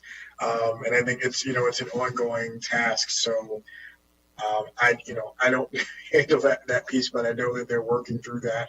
And I know that, in fact, they're trying to, put out more simple messages just to say, here are the numbers, here's what this looks like in many different ways. So I would say, if you all have, continued suggestions or recommendations, to continue to send those to the team and think through. I know that there have been discussions about, for example, related to messaging around vaccines. So at the state level, thinking about how we can identify key stakeholders within different communities who can be vaccine champions, if you will, to communicate that effectively. From a cultural perspective, I have had conversations with my family members like, do we need to get that? Is that saying, vaccines don't work for us, historically? And so having to have some of those informal conversations, to break through some of those very well-founded concerns, to be able to encourage people to get it. So I say all that to say that I think that there is multiple opportunities to engage a broader audience to be able to help to do that work. And I know that the comms team has been trying some different strategies to think about how to do that best. I would just add that one thing about communications that we know is that different audiences have different expectations for information. And some of our audience want a lot more information and more detail. Some of our audiences want the quick and dirty, what's happening and how. And obviously the cultural and other diversity that we have in the county requires different messaging in there too. I will note that the LHI initiative and the AHP initiative has specific communication strategies tied to those that you all are very, very well aware of. I see Dr. Corral, he may want to comment on that as well. But we've been really trying to tailor our messaging, reflecting that one message that the county puts out will be heard and received by one set of population, whereas a different messages will be better received for a different population. I think we've been really trying to diversify rather than go down if we make a change to the dashboard, we're trying to be cognizant of the fact that if we make one change to the dashboard, it may make it better received for one audience, but less well received for another audience. So we're really struggling with how do you have a single dashboard that speaks well to all of the different audiences. And I don't know if it's I just wanted to just share that, when I, council member, look at the dashboard, it's busy, right? And that may be okay when we're sort of in a plateau, but I'm concerned about the fact that we have entered a total new wave. And so if there's a landing page of sorts that kind of distills that information so that it signals to me, whoa, we've entered a new stage now, this is where we are. The rest of the content-rich information can still be there as an archive so that if I want more, I can go search that. But I think there needs to be sort of a landing page that signals to me and to every resident that we've entered a new stage, and this is why, and this is what we're trying to address with that. That would be super important. The tailoring of the messaging to our different communities is obviously something that folks are doing really well. But I think we need to do this because, as Dr. Gales was saying, as we enter into the vaccination, possibility and stage, et cetera, there is a lot of mistrust in many communities. And so I think preparing the stage and the mindset, it's going to be important. Given the fact that we talk about fatigue, given the fact that folks, just feel like it's just so overwhelming, all the information that you're getting and the signals, et cetera. If we could do that, just make it a little simpler in the landing page with that information up front, basically signaling this is different now. And then we do the same with our, LHI, the African American Health Program, which again, they're doing extraordinary work. We could tailor the message as well so that these communities also understand that, hey, everyone, this is different. This is different. It's okay. We can get through this. And I've said this, publicly, right, when I've been interviewed. We can do this because our residents have been amazing. But there needs to be a recognition and an ownership that this is a new day. And therefore, we have to continue to do what we're doing, but also be even more mindful because we have the flu season upon us. This winter, we're going to be indoors. That combination, it's really troublesome, and everybody needs to kind of understand that. So that's that I just offer that. I mean, I'm not a super expert on communications, such as I can just tell you that again, as a council member, when I open it, I can get to where I want, but I put myself in the shoes of a mom that's trying to navigate all these things at once, and it's not as user friendly, or it doesn't give me that signal that I think I need, or everybody else I think needs in order to get everyone on the same page. But Councilmember Glass is an expert on this stuff, so he can help. Well, Councilmember, I just wanted to, before you jump in, I wanted to just weigh in on this a little bit, if I could, for a second. And that's just to say that a couple of things. It'll be interesting to go back and look at the evolution of the pages, of our landing pages over the last 9 months, to see how to see and recognize that it is a continuous process of evolution and changing. One of the things, just so you know, that is happening now is that we are working with MC311 to try to identify and simplify our webpage for referrals for resources. So we'll roll this conversation into that conversation to see what makes sense in terms of ways to simplify, balanced against the number of clicks that people are willing to go through to get information that they need. So there's a balancing between putting sufficient information there and keeping it clean, so that people don't get overwhelmed, but also can very quickly see what they need and find what they need. So we will add that to the conversation that we're having with 311 about revising our process with them. Thank you very much, Councilmember. Last thing, Councilmember, I'm sorry, Councilmember, just real quick. Okay. The state of Florida has not done a very good job at dealing with COVID, but the Miami-Dade website, their portal, you should take a look at that. because it is much simpler and it is much more user-friendly. So I'll offer that as an example, just very quickly. Thank you. Thank you, Councilmember Jawando. Thank you, Mr. President. I'll use 10 seconds on Councilmember Navarro's point. I think if you had like a green, red, yellow, red, or some sort of indicator that said we're like in a really difficult zone and then all the information, I think that is a good point and might be an easy way to keep it and add something. I want to apologize to Ms. Barnes and Dr. Andrews. I am furious that the state superintendent and Governor Hogan have played politics with something that we were already approved to do. You were very kind to say it doesn't make sense. I'll go further and say it's just absolutely ridiculous. The idea that we couldn't have the same ratios because we chose to have a safer option and keep our families and student and childcare providers safe, and now you're punitively punishing us with not approving the waiver for something we were already doing is absolutely ridiculous. So I just want to be very clear that I know the governor is going to speak at 2 p.m. today. He needs to direct and speak with Dr. Salmon, and they need to reverse that. That makes no sense. It makes your job difficult, and it's not safe for our children and families. I'm very disappointed. I also wanted to ask Dr. Gales, did you say that we've had some of the highest case counts since the pandemic began statewide and locally? Could you just repeat that if that's the case? So the 3 of the top 5 daily reported cases have been in the last week. Both over the weekend for the state at 2,300, 2,100 today, and I think there was also a day earlier this week of 1,800. And on a local level, the 364 that we have today, I believe, is the 3rd highest total that we have had. And we did have another day earlier this week or over the weekend where we had over 330 cases as well. I appreciate that. I think just people need to understand the severity of where we're in. As people congregate inside, as we're at the holidays, we're at a critical moment. But we also are at a moment that's different from back when we had those high case rates where we have potential hope of a vaccine on the horizon. And I yesterday have, and I want to get your thoughts on this to the extent that you're willing to comment. I yesterday called on the governor to issue a stay-at-home order statewide. And I know others, I think other colleagues have mentioned that as well. I think he has to do that for 4 weeks at least. Let's get through the holidays and then also give money to our businesses, release that remaining funding. At this point, do you think a stay-at-home order statewide would help?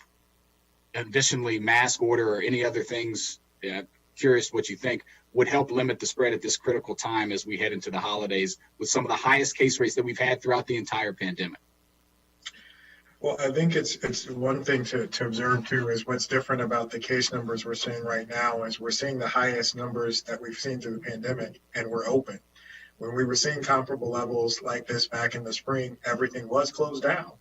And so we're having to deal with that and balance the high numbers in a setting where we still have a lot of things open and lots of potential contact.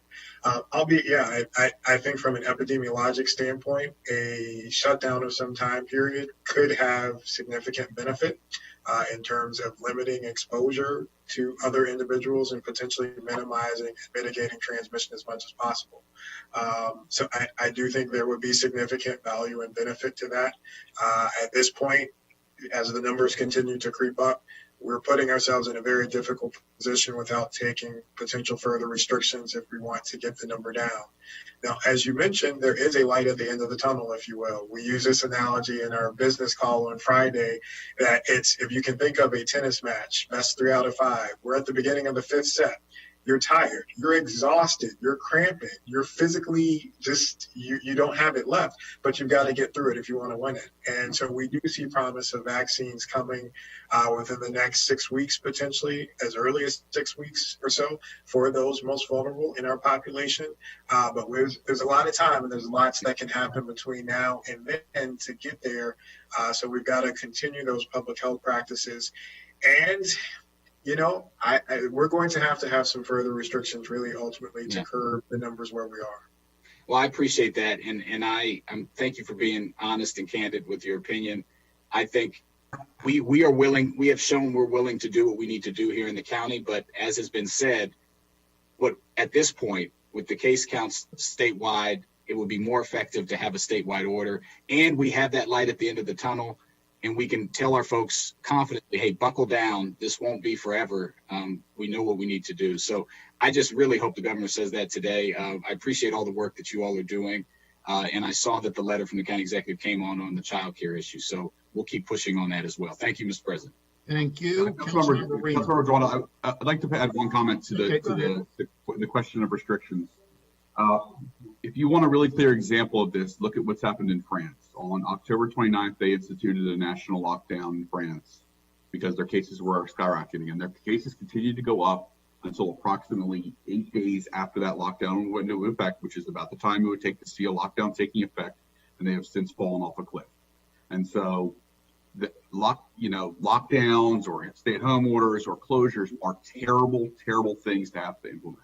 There is no question about them. They hurt businesses, they hurt the economy significantly, but they do work from a public health perspective. You can see it time and time again.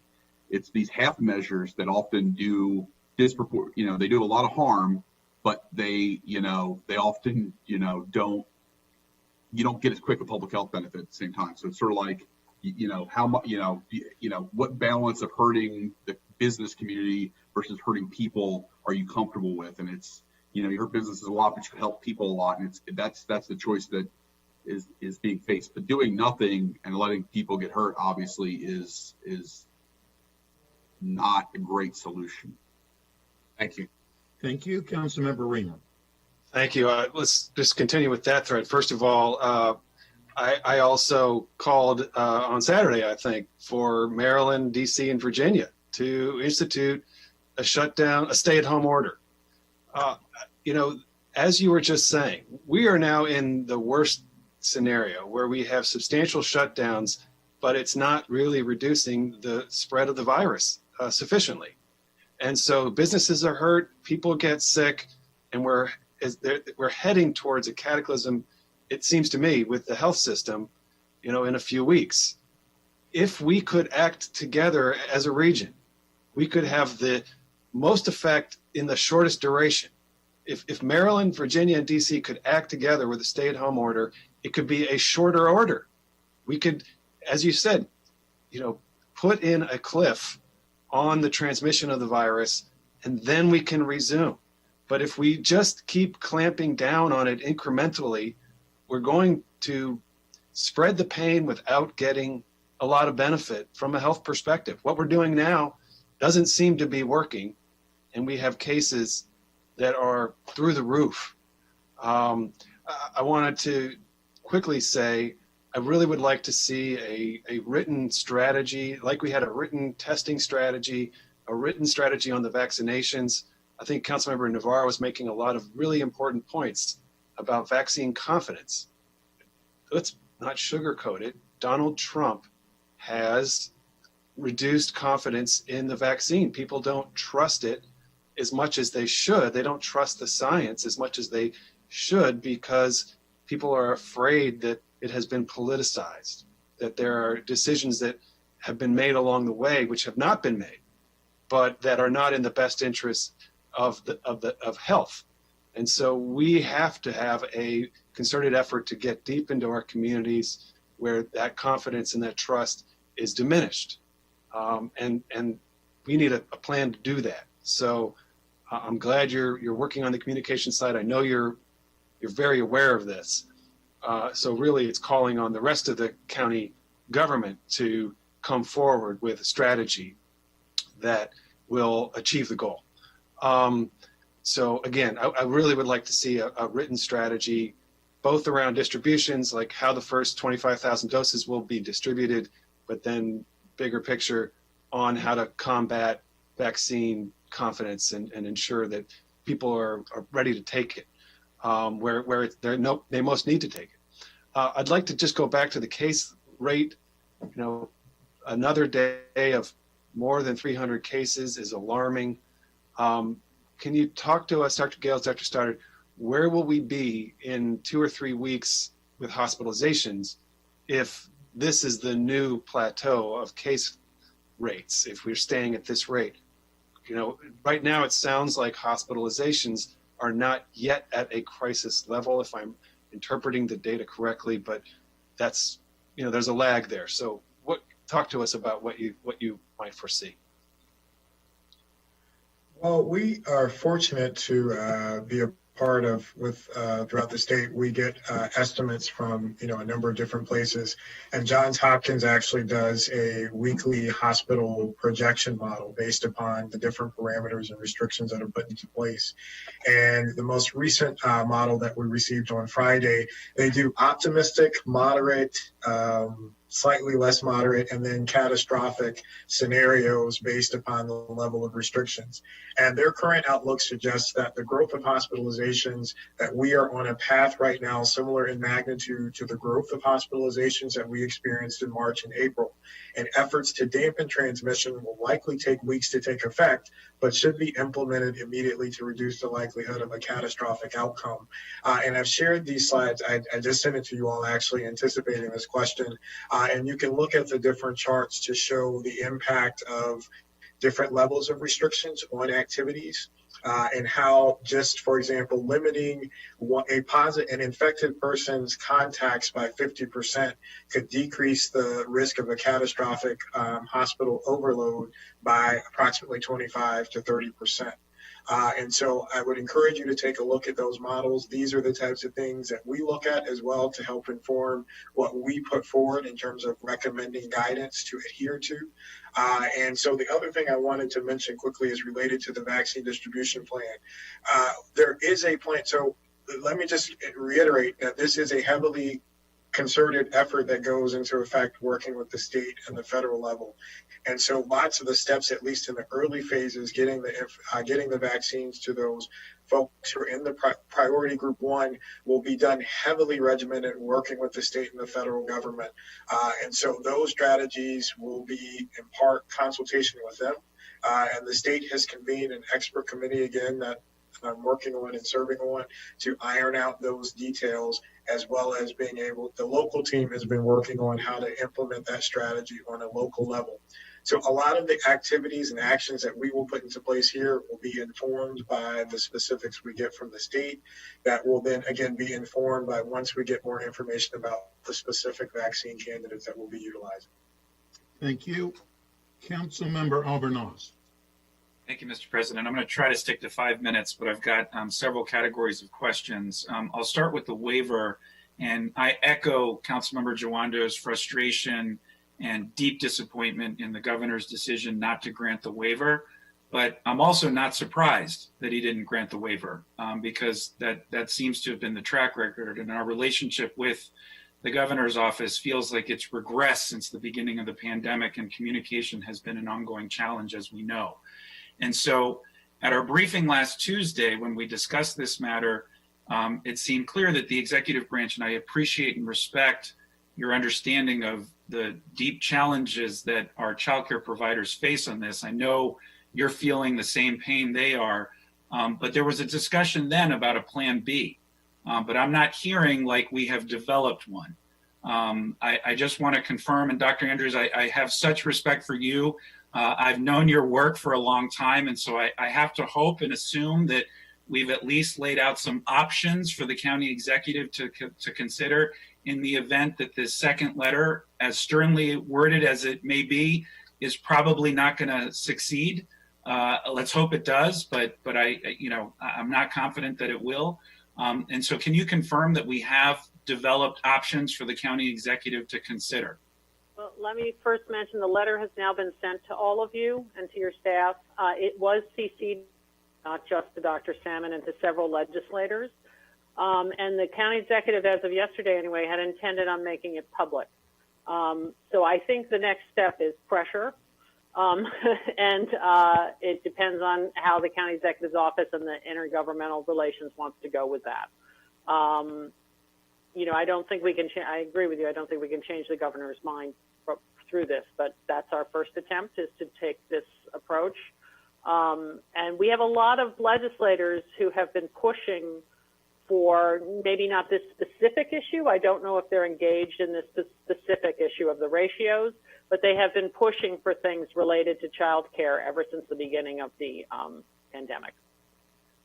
but I'm still not hearing a plan B. And that is really disconcerting because it's November 17th. This expires in less than 2 weeks. The practical reality is that 4 out of 14 families in classrooms, multiply that by classrooms, multiply that by childcare providers, right now are anxiously wondering what the next step is with Thanksgiving in between.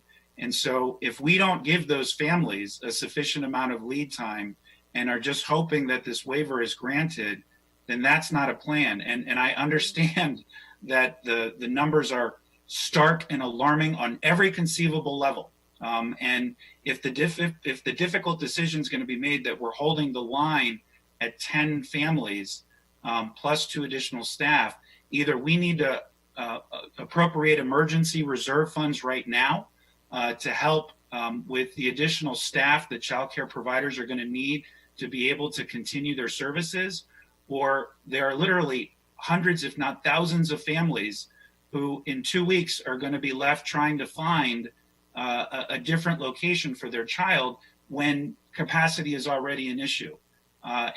You know, we heard repeatedly from childcare providers, families being impacted by this, people in tears, people just overwhelmed about the you know, what this means and impacts families in a way that's very deep. And I know we all understand, but I think that we have to get a message out by tomorrow and not wait.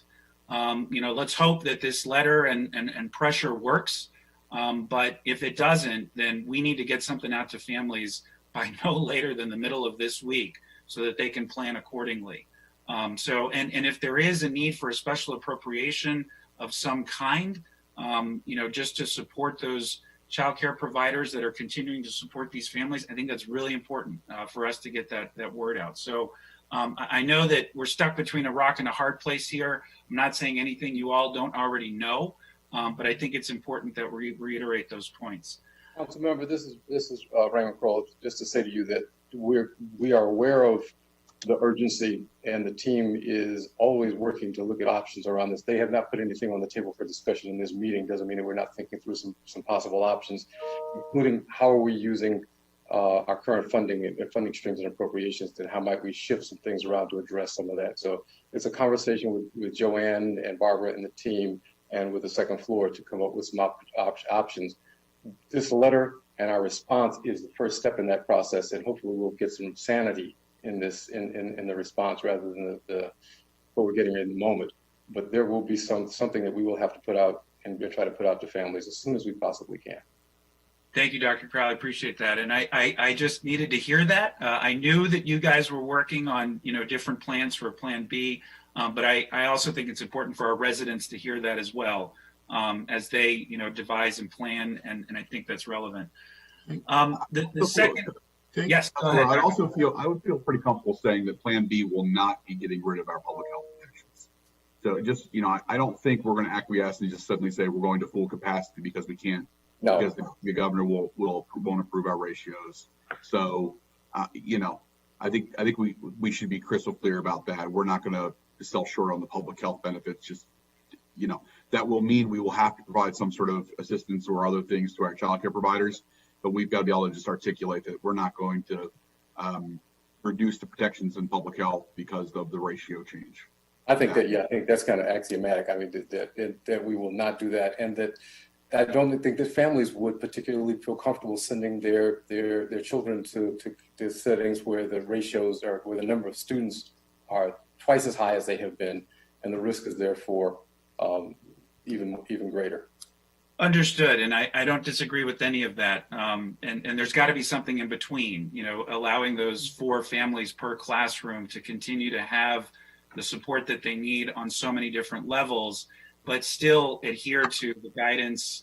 You know, I know you guys are going to come up with solutions. I look forward to hearing what they are, and messaging to families as soon as possible is really important here, as we've all acknowledged.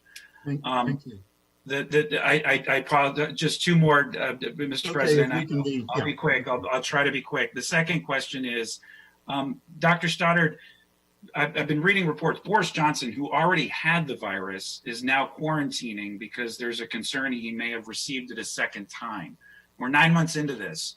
From a medical perspective, are we seeing evidence that people who have contracted the virus are getting it again? There was this feeling that people, once you got it, you were never going to get it again.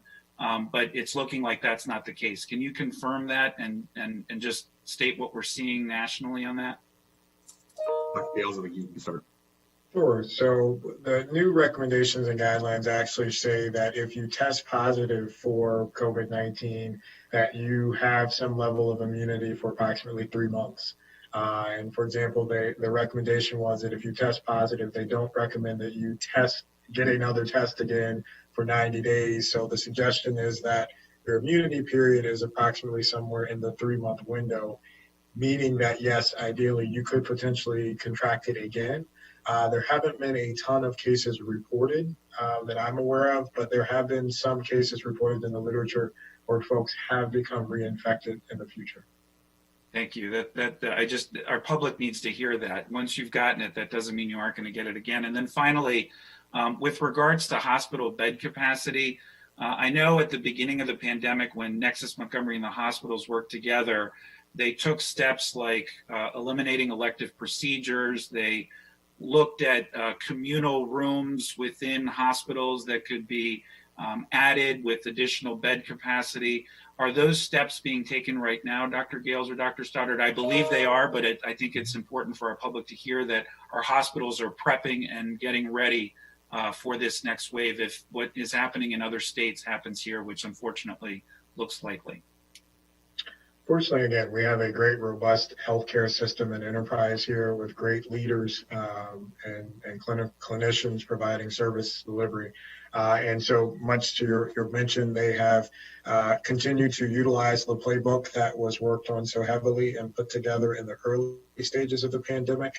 We met as recently as early last week to discuss that playbook and update that playbook.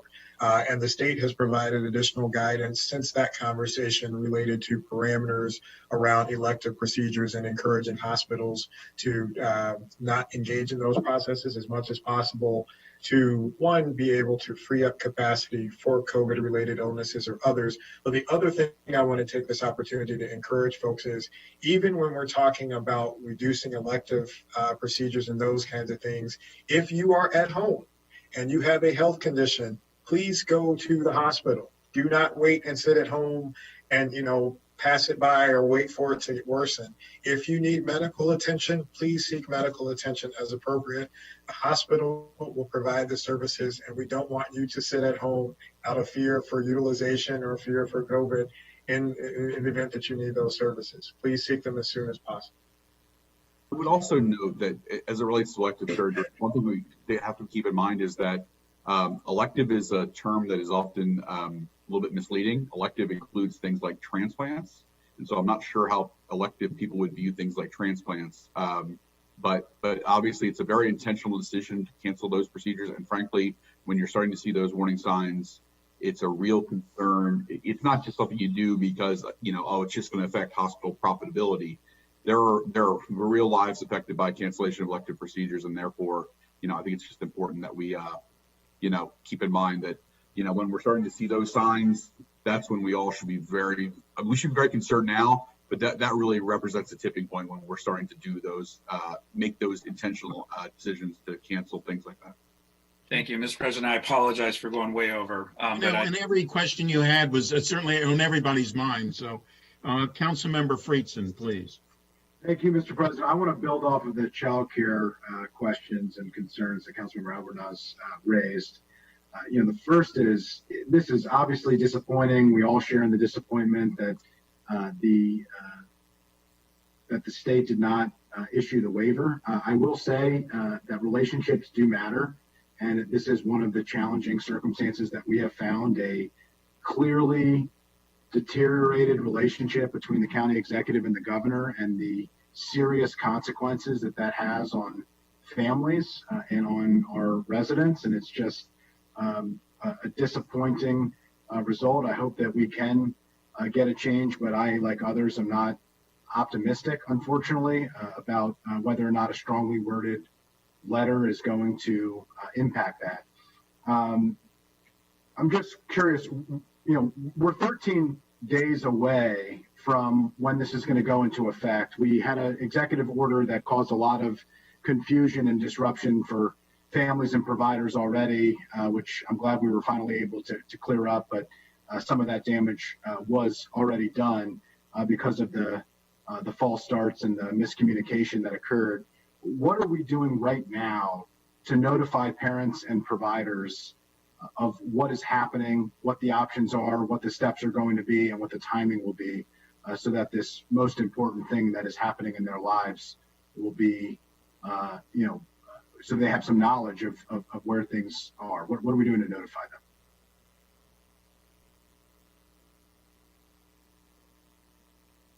them?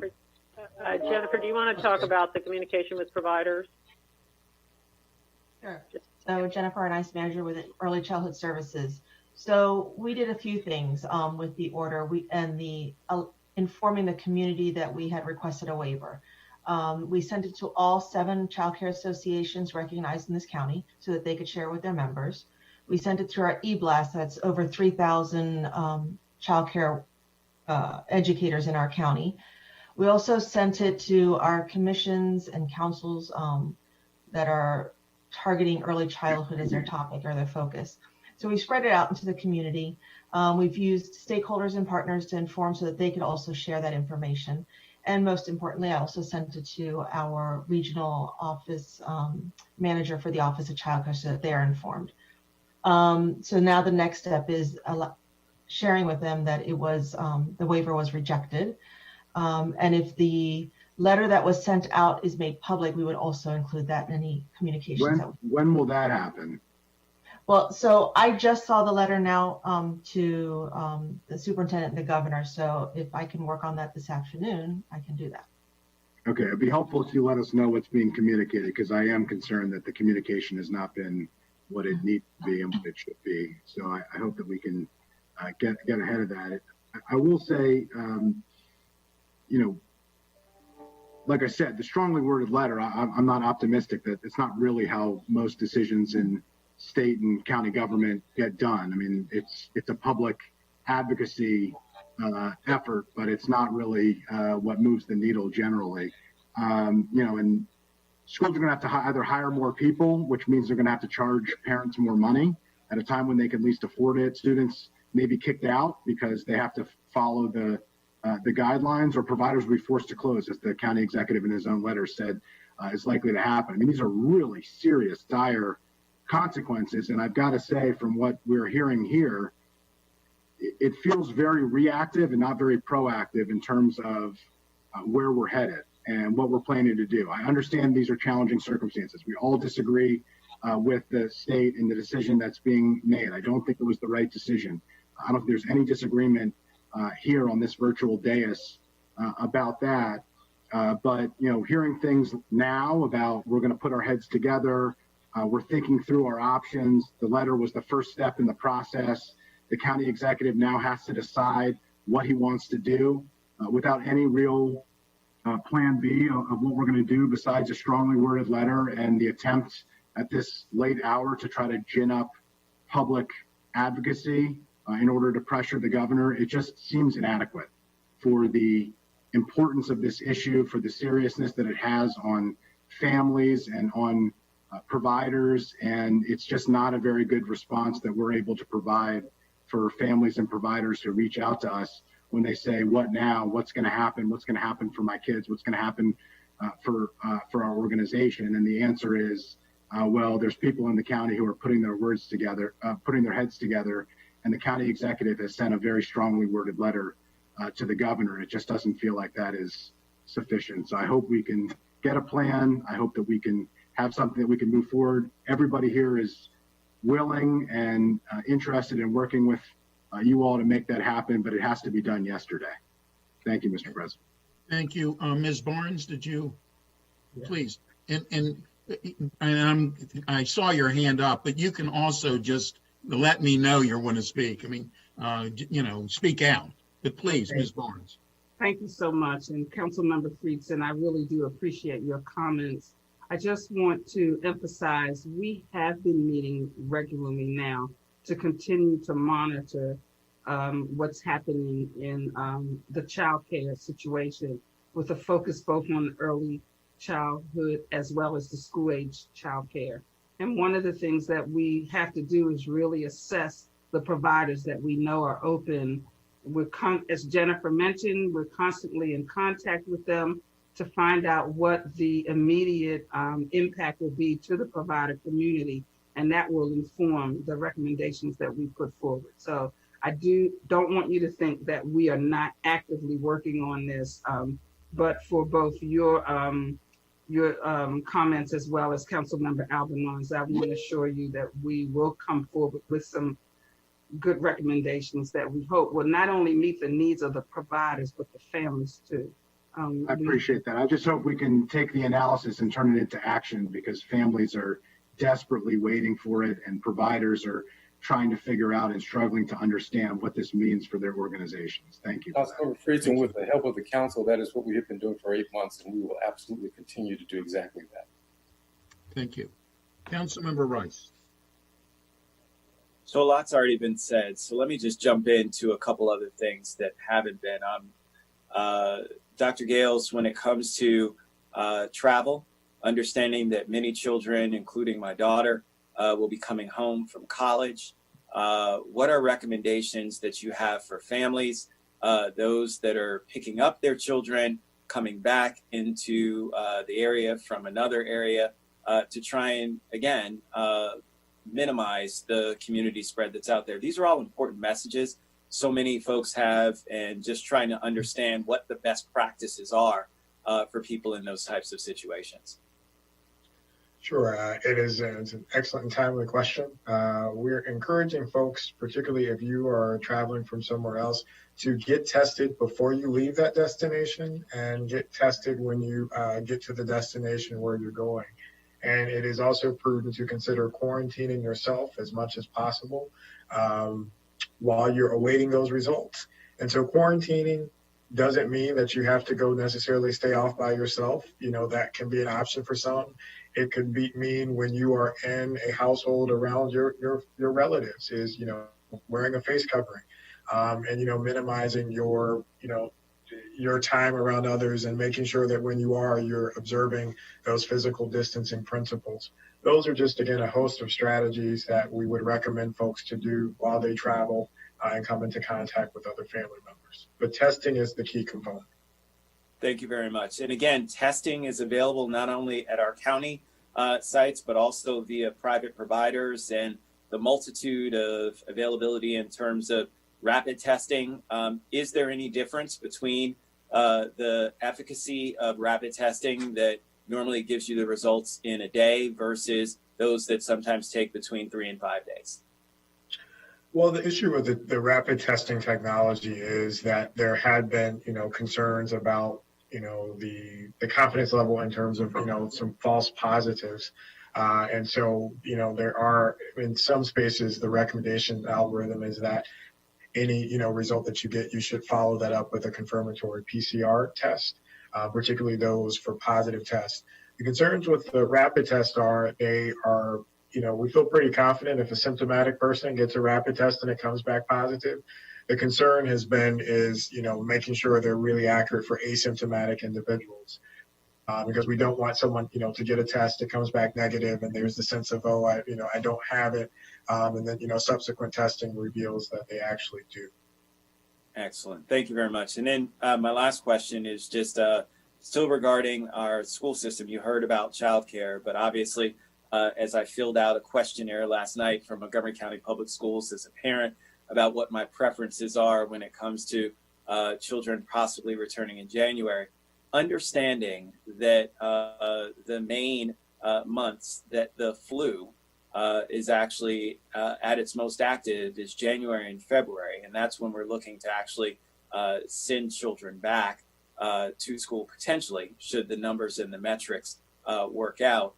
What do you see as the practicality of that? And are there recommendations for families in terms of what we should all do for our children? And I've got one last question about vaccination. Well, I would say the practicality is MCPS has put out a very well thought out, comprehensive, algorithm and matrix to think through those decisions. I think one of the things that will potentially help facilitate that better is potentially having a vaccine available in terms of offering protections for those who are most vulnerable. Because, most of the actions that we're taking are, in a broad perspective, we're trying to keep everybody safe, but ultimately it's to keep numbers down as much as possible to protect those who would be most likely to have a severe outcome if they contracted. So, if we're talking about going back to school with decreased numbers in the presence of a dissemination strategy that has already started to distribute vaccines to the community, at least to the most vulnerable, I think that's a very different conversation. And, so the hope is that that's the conversation that we're having in January, even in the setting of flu season. That would, offer more optimism in terms of being able to successfully do that. Excellent. And then my last question. Sorry, Dr. Stoddard. Yeah. Sorry. I also note that the typically flu season is actually starting to by let's say the third week of January, it's actually started to go on its downhill slope, and so it's I think by mid-February, late February, we're typically. And I would also say we're already starting to see, and this is like I try and be optimistic where we can be optimistic. We're actually seeing a little bit lower of a flu season, a fair bit lower than a flu season so far, which means that some of the public health measures, as you might expect for COVID, are also playing a role in reducing influenza. And so that's not to, and so, the uptick that would normally occur around this time and, really mid-October through, say mid-November, we have not seen the incline that we would normally expect to see during this time of year. And so that does bode well that we will not see the height of the peak. It means we need to keep doing what we're doing in terms of, washing hands and face coverings and distancing, all those things. But it will have that collateral benefit during flu season as well. So. Thank you. I just have one last question. It's really important about vaccination. So I had heard, so Dr. Gales, Dr. Stoddard, please correct me if I'm wrong, that the current studies for vaccinations did not include a cohort of children. And so where are we when it comes to vaccinations and children and returning to schools if we have a vaccine that hasn't been tested on them for side effects, effectiveness, whatever the case may be? You are correct. So the two studies that have gone out have been on adult candidates. There will, based upon how, so the short answer is science will continue to study that and to conduct those tests based upon how the priority groups are laid out. Now, certainly any children who have severe illnesses and medical conditions who would fit the criteria of the early stages would likely receive some type of vaccine strategy and schedule that's tailored to them. But as it currently stands, pediatric distribution is scheduled for the third priority group. So that would allow for opportunities to conduct some more trials within that age group to have a better understanding of what those impacts might be. I will also clarify one point. So while the initial results announced both by Pfizer and Moderna did not include tests in children, there are tests in children that are ongoing, and the results of those have just not been reported yet. I think Pfizer, for example, I think they started their trial in children, I want to say in the University of Cincinnati Hospital at the end of October. And so they're just lagged behind the adult tests, but they are doing some limited level. Obviously, and for good reason, we apply a lot more scrutiny to the trials that we do in children because, number one, because they're children, but also because they give some sort of strange results sometimes because, children's immune systems are developing and things like that. But I say that there are trials that are being done to test the efficacy of vaccines in children. We just don't know the results of those tests yet, and that's why they weren't included in the early comments. Thank you very much, and thank you, Mr. President. Thank you, and that's vital information. Vice President Hucker. Thank you, Mr. President.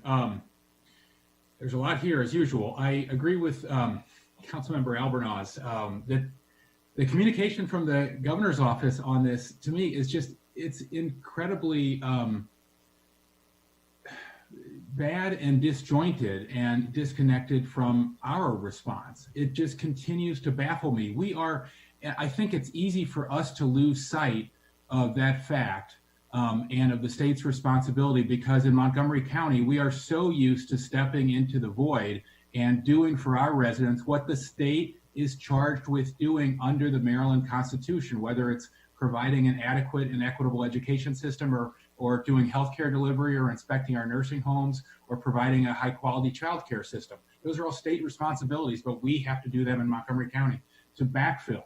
I'm so used to, I agree with Councilmember Friedson that a strongly worded letter is an insufficient as a government relations strategy. We have the largest and the most powerful delegation in Annapolis, and a very large and well-funded Office of Intergovernmental Relations. They're our lobbyists. They, I think, should both be engaged in this discussion of how to get the state to meet its responsibility.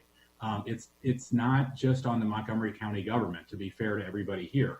I can't think of any other governor in 20 years who did not have routine conversations with the county executives of the largest jurisdictions in Maryland, particularly so during every natural disaster and every public health emergency and every recession. I've never seen any governor be so disengaged from local leaders during those types of emergencies. For Governor Hogan to conduct only conference calls with the executives of the largest jurisdictions, and to do so through staff, not personally, is just absolutely bizarre and is not serving us well.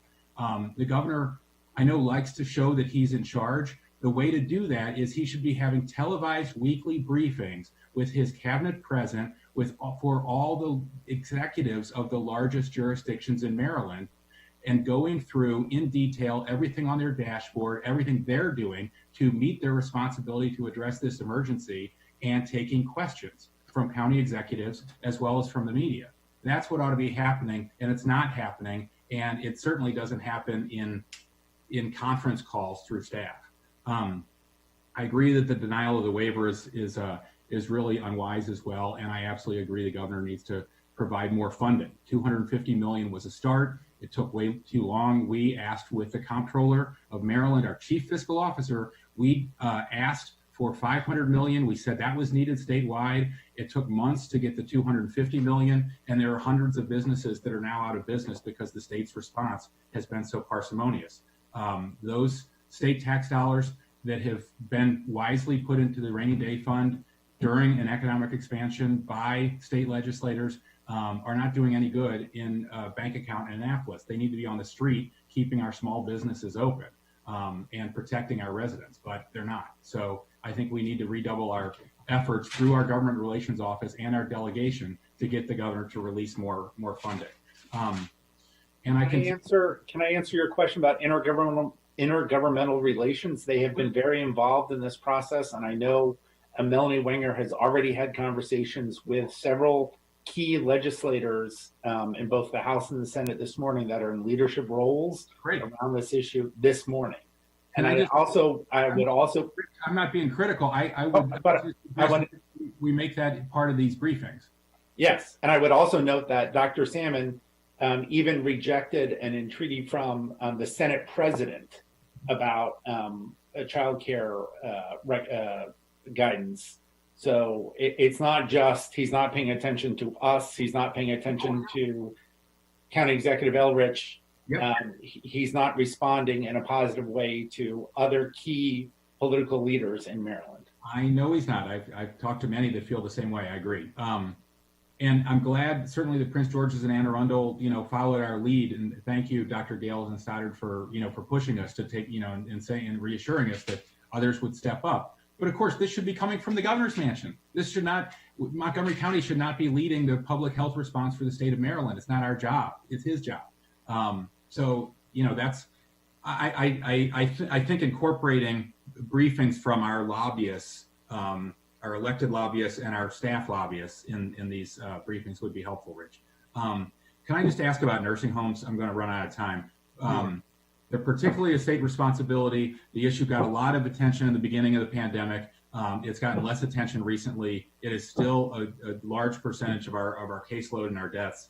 And it's important to ensure that our state staff are working in a coordinated way, obviously with the county staff that, as I said, are backfilling. I noted that there was new guidance saying that visitors have to get tested and staff should avoid large gatherings and facilities should stockpile PPE. That's great. Can you comment on how that's being enforced and how we'll know whether any staff are avoiding large gatherings or not? So that's a great question. So even though it has seemingly fallen off the radar in terms of the public attention, our team has continued to work with the nursing homes and assisted living facilities throughout, over the summer, related to implementing testing strategies, as well as trying to navigate the different guidance that's come from the state. Our technical assistance team that work, or go teams, ready to, however we described them before or named them, have continued that process and have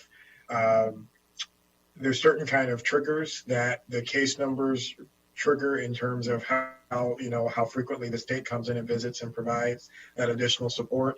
There also are triggers set up in that guidance to determine how frequently there should be testing in the facilities based upon the jurisdiction, test positivity, those kind of things. In the last week, we have had conversations to discuss where we may need to actually create tougher restrictions around that. And some of the areas that you mentioned are some of the things that we're thinking about in terms of tightening things up more so than the state has so far.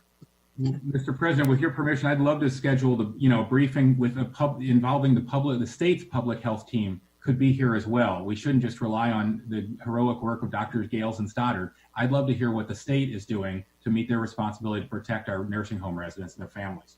Thank you. It won't actually be my permission. I believe it'll be someone else's permission coming up very soon. But I think it's an extremely good idea. Councilmember Glaze.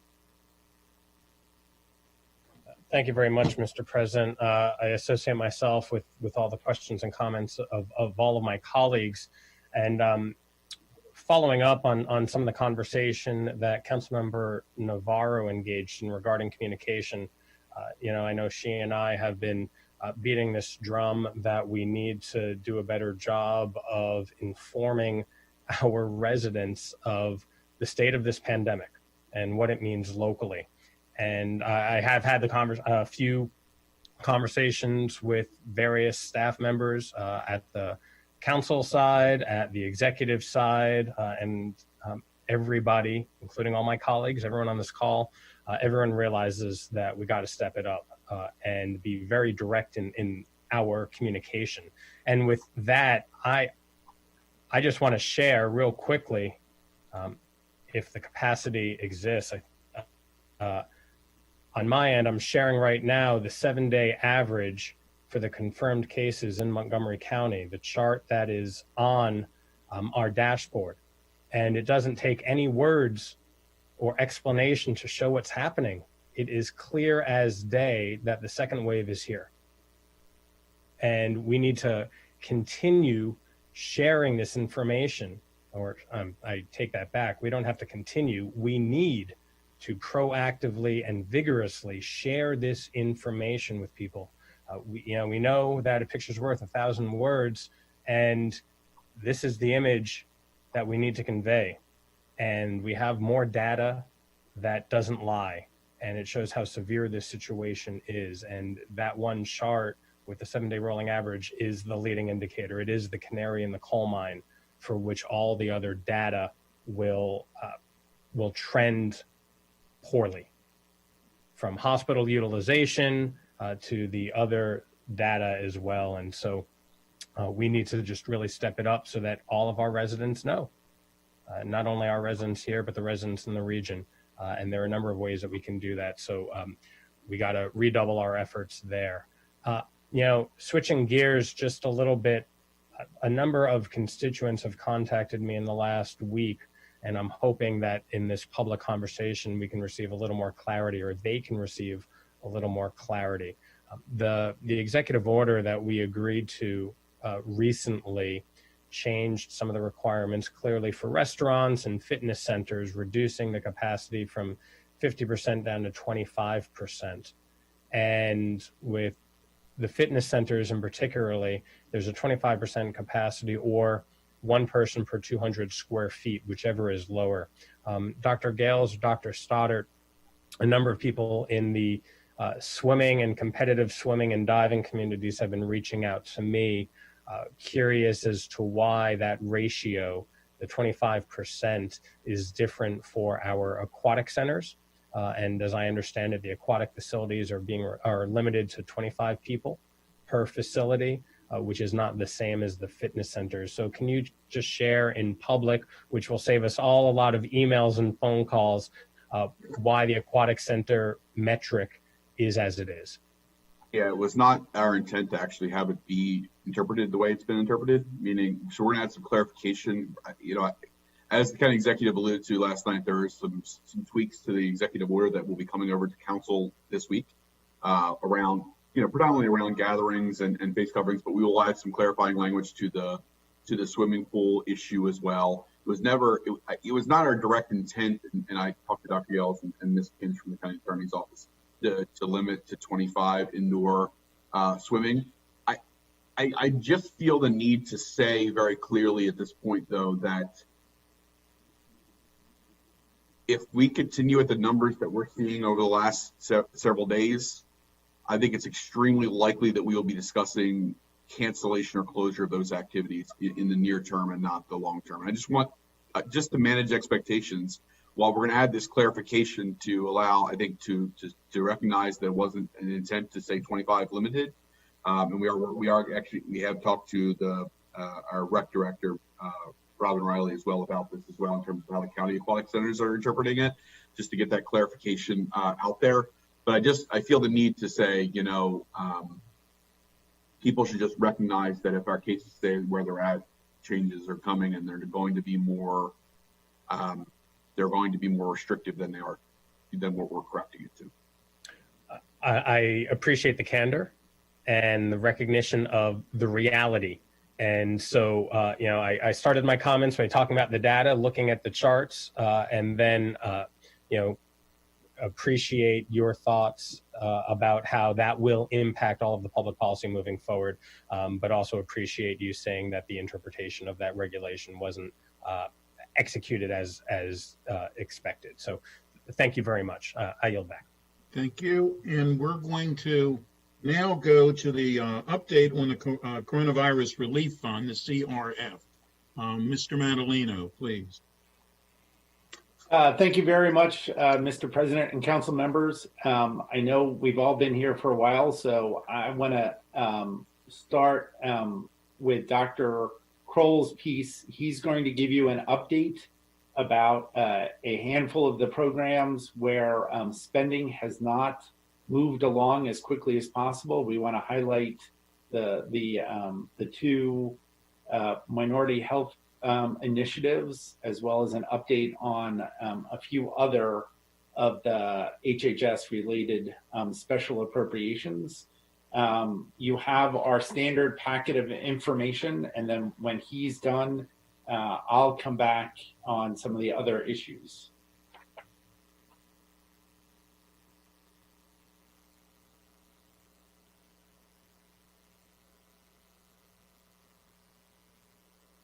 Had a few things blocking the mute button. Sorry, folks. So I think the main thing that I wanted to talk about this morning was just to share with you where we are with, first thing, the African American Health Program Executive Committee's testing initiative for the county.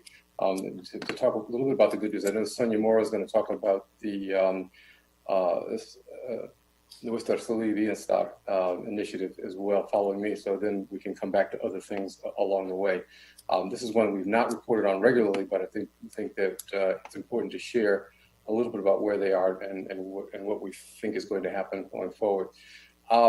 So the program initially set up to do testing, accomplish a couple of things. One was to expand testing in the across the diaspora with a target in 3 high impact zip codes, 03, 04, and 06, but also to test across the county to make sure that Blacks and African Americans had access to testing and resources associated with prevention and treatment of COVID-19. So they've come together to pull this process together. They started testing on November 2nd with 10 testing events. And between the 2nd and the 11th of November, they completed 469 tests. They tested over the weekend, and I don't know what the results are of those tests, but they have moved very quickly to weekend testing across the county. The other thing is that between now and the end of the year, because most of this is CARES Act funding, they have scheduled an additional 30 testing events between now and mid-December, and I think there may be a few more between then and the end of the year. The second thing they've done is develop a targeted marketing and communication campaign to encourage the Black community to take both preventative measures to recognize COVID symptoms, as well as the importance of testing and retesting. And akin to the work of Salud, they have tried to tailor that message in ways that are appealing to the Black community, and both done a website to that is focused on COVID, and they've put together a YouTube video for folks that highlights this testing process and what it would look like, including a message that I particularly like. The logo is "Don't stress, take the test," which I think is a particularly nice way of framing this. They have also set up to distribute, as part of the testing process, COVID-19 kits to allow folks to maintain safe distance, to mask up and glove up, and to check their temperature with thermometers, as well as to keep as information on keeping residents informed on COVID resources and any updates. And so the material will be updated as additional information comes out about testing and rapid testing and vaccine as that becomes available. For positive cases for COVID positive cases, they're providing support needed to help individuals successfully isolate, which might include food and additional check-in wellness checks with nurse practitioners.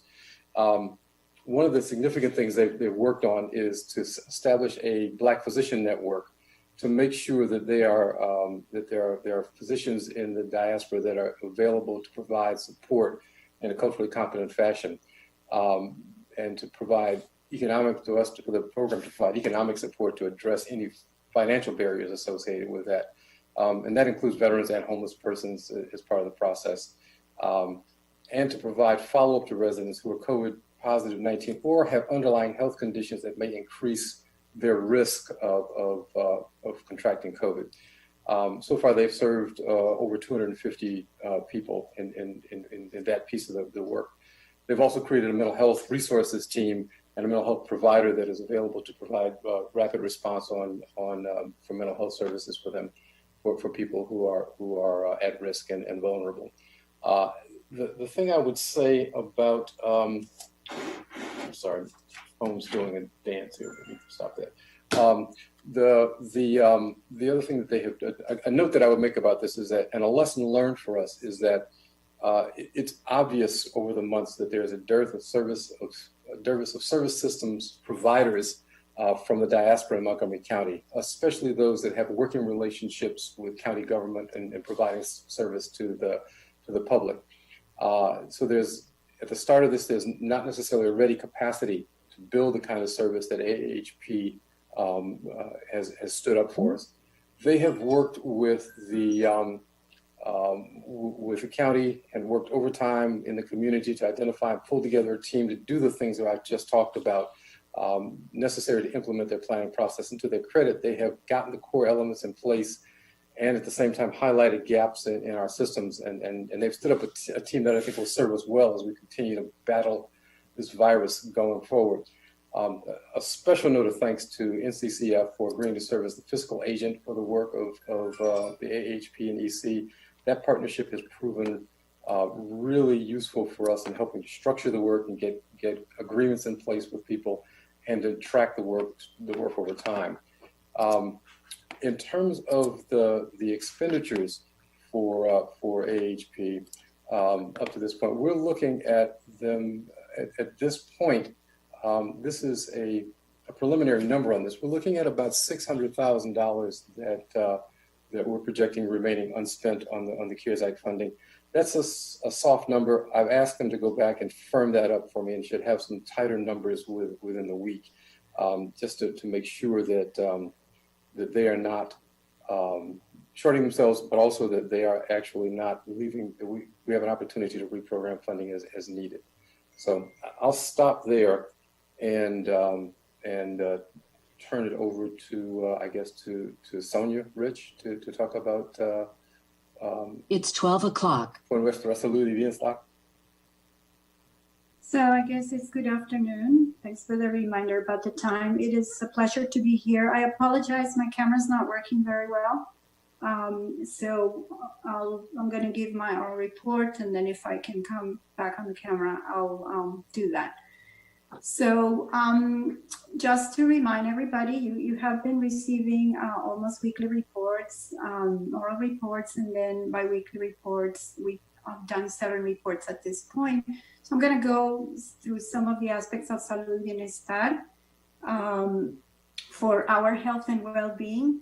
And some of the things you probably already know, but just to get everyone on the same page, this is to remind everybody that Salud y Bienestar is a private-public partnership in which county government has come together with 7 organizations to deliver the program. Very quickly, the agencies are Care for Your Health, CASA, Proyecto Salud Identity, the Mansfield Clinic, Mary Center, and the Germantown Hub. The goal is to reduce the impact of COVID among Latinos in Montgomery County.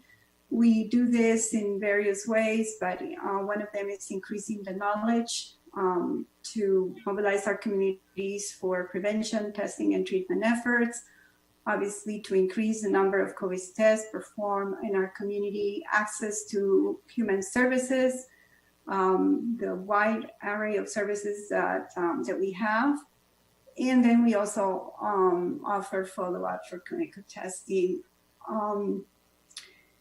There are several elements in the wide services that we provide. We include an information line, community outreach, our communications campaign. We also have our testing events, clinical follow-up, and case management. And another component that we have is that we provide support to our consolidated hubs. So basically what I wanted to just give you is some examples of some of the successes that we have had. For example, on the outreach front, we have our community health workers. There's about over 75 community health workers that have been conducting outreach throughout Montgomery County. The health promoters to date have reached over 35,000 people, and they have provided information on COVID and related services such as testing, and also referrals to case management services. As I mentioned in the past, the health promoters go where people congregate, laundromats, churches, apartment complexes, and other areas. But one of the interesting functions that they have been playing for us is providing support during their testing events. So they provide logistical support. They also provide education while people are waiting for the test to occur. So they're an invaluable source for us. We have an information line that operates Monday through Friday from 9 a.m. to 7 p.m. And this is a line that we have began to provide more publicity for. And it offers services about resources. It also helps people to navigate to services, offers information on testing events and others. Along with the community outreach, we're doing a communications campaign. It's pretty large. It has traditional media through TV and radio, social platforms. There are public service announcements that are being developed with a animated character, and this character was actually developed as a suggestion from the community. So the community, we did some assessment early in the start of Salud y Bienestar, and one of the things they suggested was to develop an animated character that I know I have shared with you in my written reports. So the collaborations with media include Univision and Telemundo, and we have launched also social media through both of these ways. and it's been very successful. Univision's Facebook platform yielded 53,540 impressions in about a month. And we are also working with the County Public Information Office, both in the county executive side and the council side. We're working with the Facebook en Espanol and the WhatsApp en Espanol to share all this great information that we have. On the testing side, we started testing about 6 weeks after the council passed a resolution for Salud y Bienestar. And so our first tests were done in, I believe it was late August, and we began slowly going to different sites so that our idea was to actually go where people were. So to date, we have been able to provide over 12,000 tests in more than 48 pop-up and drive-through and clinic venues. So the testing has really picked up in the past month, I would say, and in particular the last week. Just so you know, in the past 2 days, we were doing testing up in Gaithersburg, and we had to come back to Dennis Avenue to pick up more test kits because the demand was incredible. So, and we're serving Latinos, but also non-Latinos as well. Case management is an essential service of Salud y Bienestar. It is so important for people that are being affected by the pandemic, whether they're COVID positive or not, or because they have lost their jobs or they're impacted, to have a place where they can come and receive individualized services. And that's what the case management component does. We have served over 3,000 clients since the program began. And these are number of clients. Some of the clients that we have served have come back for services, and those we're not counting right now. So the caseload at this point is about 150 clients per case manager. And the clients are being referred and helped to access food, healthcare, clothing, financial assistance, and housing. And then the other service that we have, the other component, is the assistance to the hubs. And this has been done in very close partnership with HHS. We have worked very, very closely. And one thing that I'm really proud to report is that we established the hub in 2009-06, very early in the game, within about 6 weeks of starting our program. We have been providing funding to 7 hubs in response for requests. The bulk of the funding that we have provided has gone to support their infrastructure, basically hiring bilingual English-Spanish staff, and offering supports for culturally appropriate food and other operational expenses.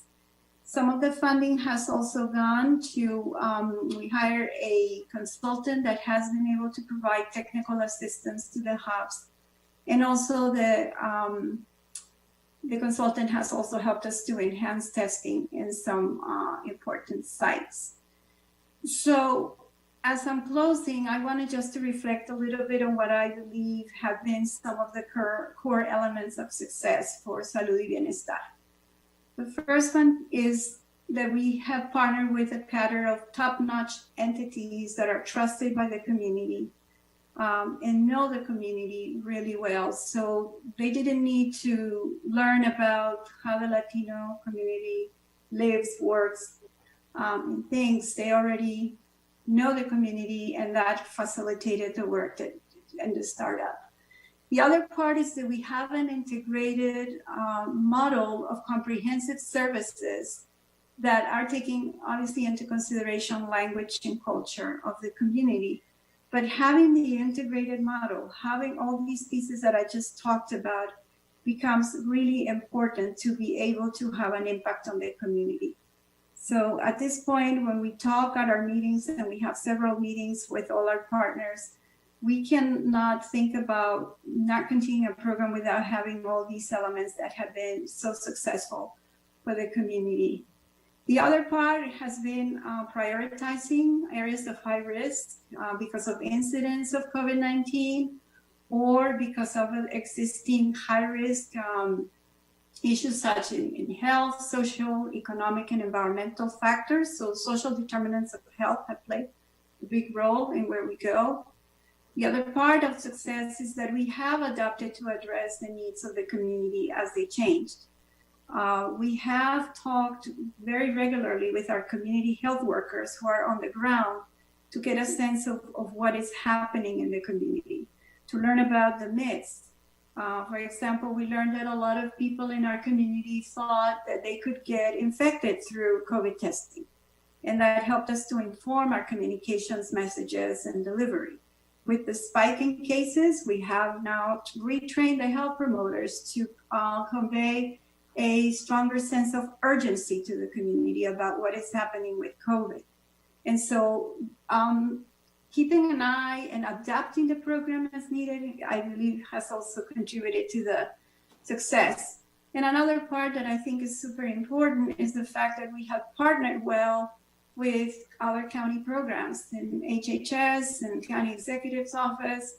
So it becomes a way of working together where we can bring information from the community. We can craft messages that are uniformly dispersed for the Latino community. But at the same time, for the partners of Salud Bienestar, the community partners, having staff that are liaisons, county staff that are liaisons with each of the components has been super valuable in terms of learning how the programs are working or what difficulties may be arising. So that has also contributed to the success. In regards of challenges, I think, to get started, to build such a large infrastructure that we have over 150 people working on this project, and trying to build it in a short period of time was obviously a challenge, but we, I think, did it in record time with all the support of the county. And so we had our contract within a few weeks, and we were able to get started with the work. The lack of a uniform message at the national level, and I know people have talked about this, has obviously been a challenge because people are getting confused and hearing different messages. So that has been a challenge. But as I said, we have tailored our messages to ensure that we are working with the community and trying to pass on the most relevant and factual information. All the work that we have done and anybody has done to impact COVID has been wonderful, but the living and working conditions of many of the Latino community do not allow for some of them to follow prevention guidelines. It becomes really difficult, and just their environment puts them at risk on many occasions. So we need to remember that systems do contribute to that. There is COVID fatigue, which was already discussed. And then at this point, even though it's all the staff, all the partners are super excited with the progress and are getting ready to ride this new wave, we are feeling some of the burnout and the tiredness. And so that, I think, also speaks as I see people going out on the field and working hard. And last night, our testing team had to stay until 10 p.m. trying to put all the paperwork together after testing over, I think it was 600 people that were tested, but they were there. So even if people are tired, even if they're feeling fatigued, this is an important project for us, and we love doing the work, working for the community, doing it with passion. So that's it. I want to close with that. If there are any particular questions, I'm here to answer to the best of my ability. Thank you very much. I did want to announce that Bills 4520 and Bill 4620, the introduction of those bills under the legislative session 35, are going to be moved to the end of the day. We're not going to do them now. As soon as we're finished with the Board of Health, we will move those to the end of the day. So if someone is on the call waiting for that, please come back and visit us at the end of the day. Was Rich Madaleno, did you have any additional information? I know Dr. Kroll was going to talk about the school-age childcare during distance learning special appropriation. Okay, I didn't know whether or not we wanted to do questions around the first two of these first, but just very quickly, this was the initiative that Council appropriated funding for, you'll recall, at the end of September, the 29th of September. Because we've had a great team working on early childcare, they were able to very quickly put together a package, and because of the experience of the team in doing some earlier, putting out some earlier information, we were able to get applications, portal opened and applications processed starting with on October 5th, probably the fastest turnaround we've been able to do to date. But we did get it open, and as of November 10th, we've gotten approximately 291 applications for subsidy or actually I think it's now over 300 applications for subsidy from parents. 200 plus of which are approved, representing over 300 children who've been approved for payment on the subsidy. And there are still about a few more that we're waiting on customer responses for. Part of the process is that the customer has to respond back. The parents have to respond back with some additional information as part of the process. So we're waiting on a few of those. At the same time, we also launched a school-age provider grant for providers that are operating in MCPS settings to expand to do school-age childcare. 68 applications as of last week that have been received, and we've approved 29 of those at this point, and something on the order of 17 have been denied for some reason that made them ineligible or not. And so we are working through that process. I think that the expectation it is not clear at this point what will remain unspent on that. I do note that the impact of the waiver, while not specifically associated with school-age childcare, is and the low number of parents who have responded to this is, I think, reflective of a growing concern that parents may have about their ability to or the safety of their children in childcare settings. The numbers have a chilling effect on people's willingness and interest in enrolling and sending children to childcare. So we are uncertain at this point. I think over the next week we'll be able to determine what will remain unspent on this funding stream. I think that's the short version of what I wanted to say about that. So I'll stop and see if there are questions or comments. Thank you. Mr. Manalino, anything else? Thank you very much, Mr. President. Just want to update you and the council a little bit about our FEMA submissions. As you know, 3 weeks ago, we submitted $31.3 million or $31.1 million in our first submission, covering mainly PPE purchased by the Department of General Services from March through August. We have had a very positive response from FEMA. We do not have a public announcement yet, but in their reply to us about what they accepted, what they rejected less than $100,000 worth of our submission. We are getting them some documentation, but overwhelmingly they accepted our submission. Just want to let you know, for an order of magnitude, the county had never asked for more than $10 million from FEMA for any one incident. So we're already 3 times our previous request, and we still have tens of millions of dollars to go, and we're doing it in the middle of the incident still unfolding. So this is uncharted territory for us.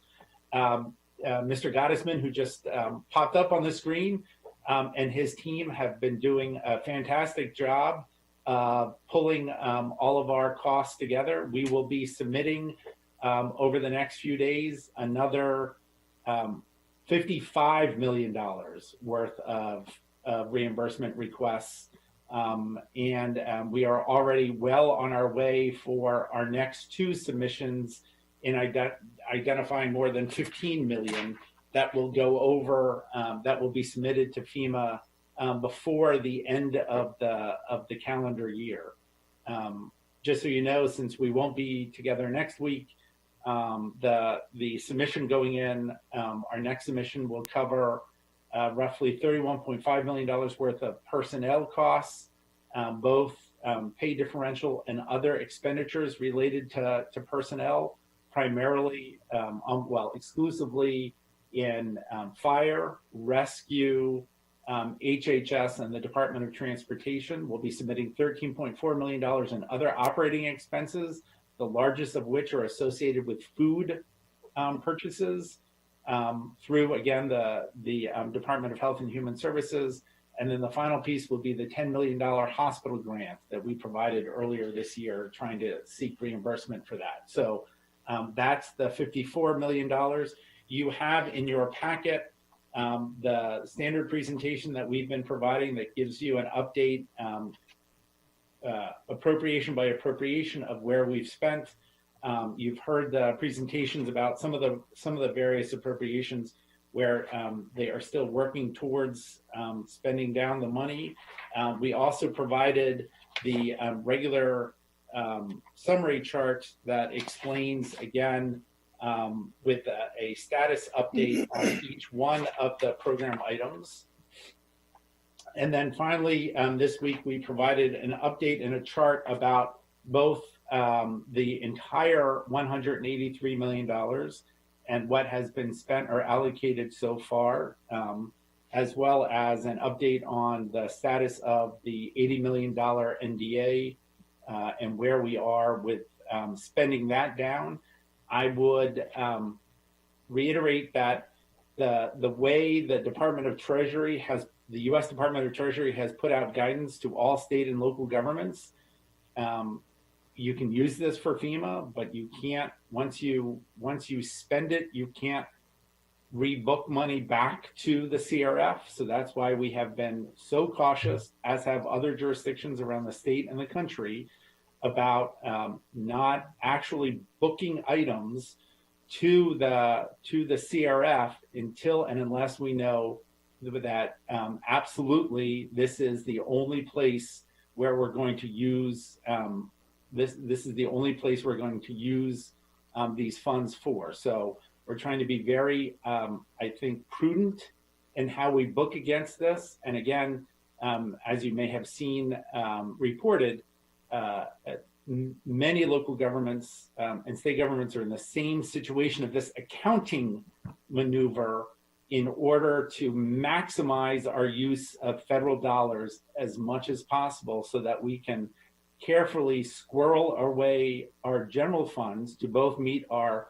long-term adopted fiscal policies, as well as to give us the greatest flexibility to use our own dollars in the second half of this fiscal year, should the federal government not come through with any additional resources for us to deal with our continued response to both the healthcare crisis and then the related social services impacts and economic impacts and dislocation that have been caused by the coronavirus.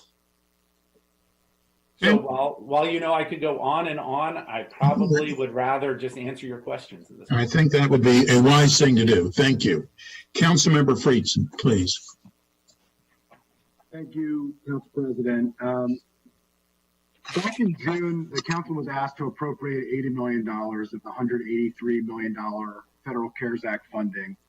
And the purpose of that at the time was to be able to both charge back some of the initial relief programs that we had already appropriated, and specifically to provide flexibility to the executive branch to be able to meet and respond to the crisis, especially because we were expected to head into August recess and there was concerns whether or not we'd be able to move quickly enough in order to meet the urgent needs of COVID-19.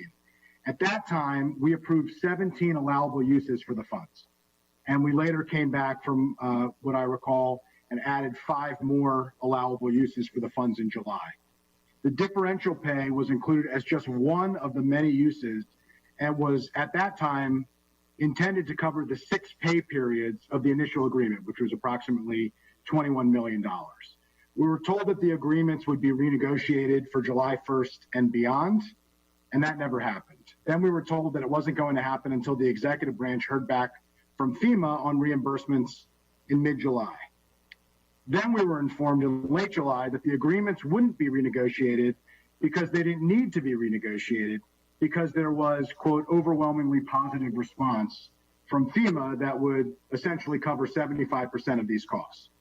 For months, that has been what the executive branch has told us, has told the public, and from everything I can tell, has told our labor partners, who understandably were under the impression that this was the case.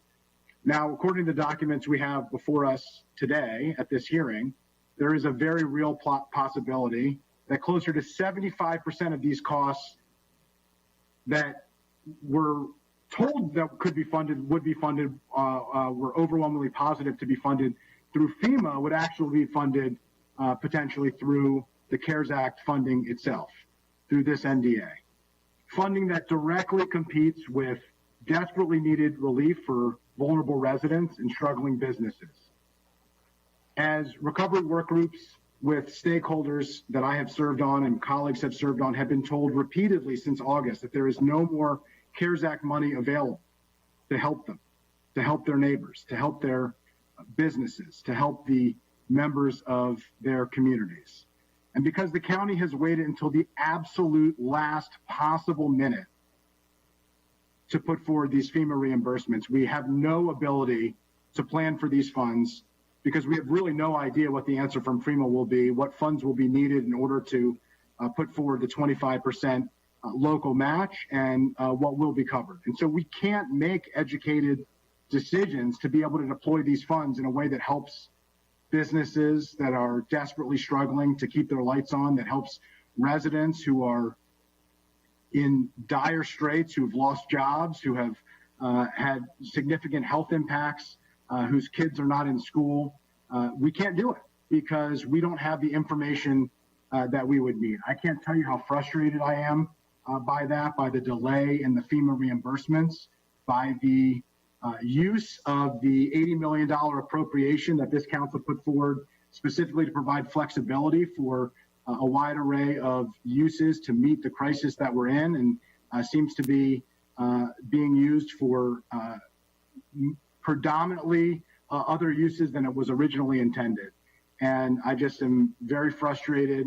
I'm very concerned, and I hope that we can get as much information as we can, but it feels like the chickens on this are coming home to roost, and it is a really significant challenge. So with that, I have a few specific questions. Of the approximately $39 million. You don't want me to respond to that, Councilmember Friedson? Sure. Because I want to let you know that and remind everyone the pay differential is going out to our employees who are almost every day out there dealing with the implications of the coronavirus.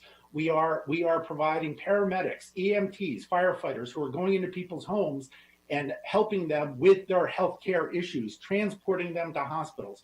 We are providing nurses and other healthcare employees who are out there doing the testing, putting themselves at risk by doing the testing.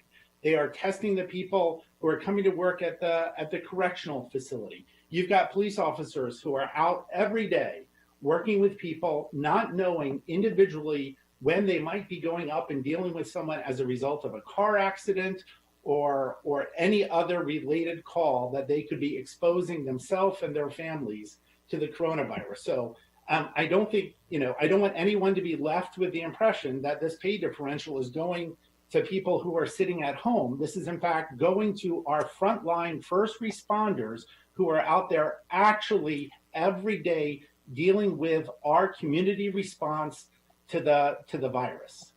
Well, I appreciate that. I mean, based on the OIG report, at least some of it did go out to people who were sitting at home. But this isn't about the county's employees who are putting themselves at risk. This is about the administration's inability to put forward FEMA reimbursements in a timely manner to allow us to plan. This is about the fact that we have Councilmember Friedson, things that are not. We have talked about this before.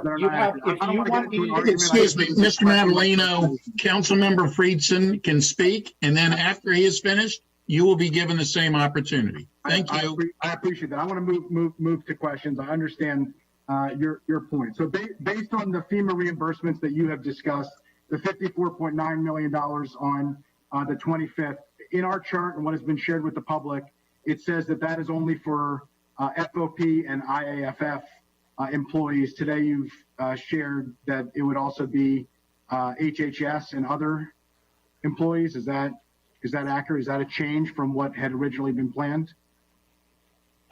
Because they are doing, I think when you see the chart on, which is on Circle 8, which is in your packet, submission number 2, it says operating expenses from various departments, excluding DGS, because that was primarily in submission number 1, plus personnel costs from FOP and IFF represented employees, the Emergency Communications Center, the Department of Transportation, and Health and Human Services from March until August. Okay, so appreciate that. So that's $54.9 million. Then on the 12/11, the expectation is $6.7 million. Does $6.7 million on the December 11th, is that covering all of public safety from August on, and then all other employees that were not mentioned? It seems like a very low number. So if you don't mind, because Mr. Gottesman is Sure. on the here, I was hoping he might tackle that one. Sure, Dave Gossman, County Staff Manager, OMB. We do expect that 6.7 to go up to approximately 10 million. What you see in front of you in that chart is what has been documented by the FARS team to the date of 11/13. So that work, continues every day and is ongoing. That 6.7 will go up. Okay, so I was going to say it seems extraordinarily low from what's listed there based on what we're hearing. Okay. And one of the changes we made to this chart, working with council staff, was putting just the documented amount in the line and not putting in a second line about what we thought would be the amount, so that we weren't setting an expectation that then possibly we could not deliver on because the documentation did not, we were not able to assemble in time in line with what we were putting forward. But of course, this chart does not, we will not stop seeking FEMA reimbursements after just submissions 1 through 4. This is just what we have planned. Yeah, the problem is, I understand you're going to seek FEMA reimbursements. The problem is we can't make decisions based on what the answers to the FEMA submissions are until we hear back from FEMA. That's the dire fiscal consequence that has been created by the delay in these FEMA submissions. The fact that we're doing this all at the 11th hour, at the very last minute, we don't know what funds are still available to us to be able to provide additional resources to vulnerable residents and to struggling businesses. Again, this isn't about the employees that you've tried to make it about. This is about the management. This is about how the county has been fiscal managed through this crisis and whether or not we have done this in a timely enough basis to be able to make smart, thoughtful, forward-looking fiscal decisions. And that's where my frustration here specifically lies. On the chart, I don't want to get into it, but I just want to point out what I was mentioning before, specifically on the 75% could be covered through CARES Act funding, which is directly competing with those specific programs to support struggling businesses and vulnerable residents. We have a line item in there that says that, if the full cost, which is projected now to be $74.7 million, from my understanding, by the end of the calendar year, is not covered at 75% by FEMA, we have to make up for that money out of the CARES Act funding, which takes the money away from other efforts that we could potentially do out of that.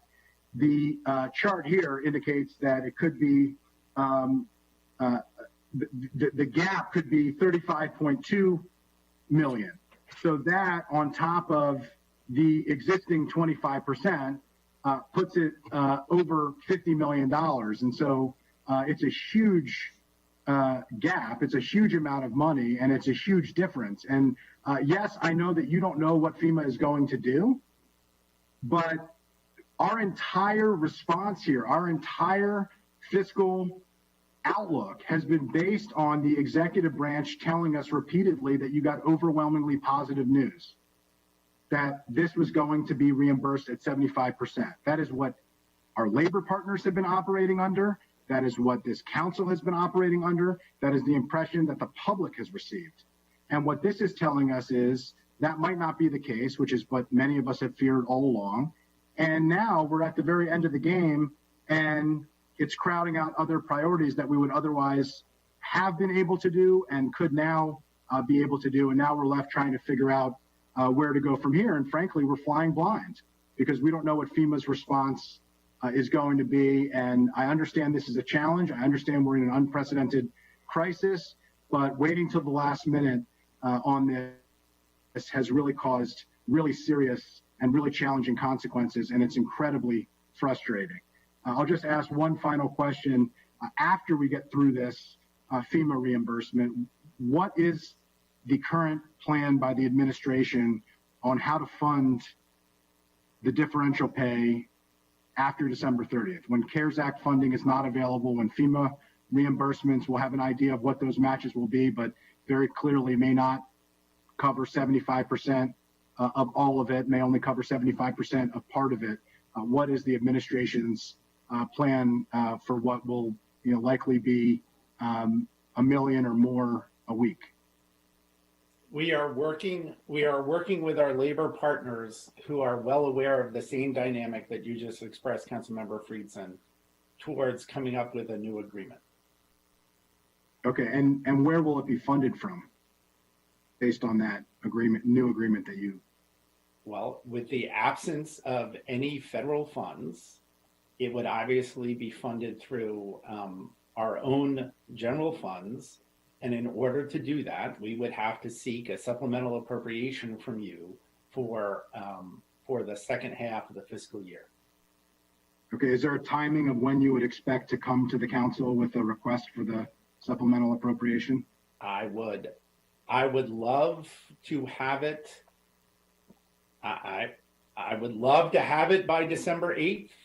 I would hope that when we're successful, even if it can't be December 8th, for example, that potentially you all have been more than gracious with your time when we've had to seek special appropriations and executive orders during times when otherwise your calendar would say the full council would be on recess.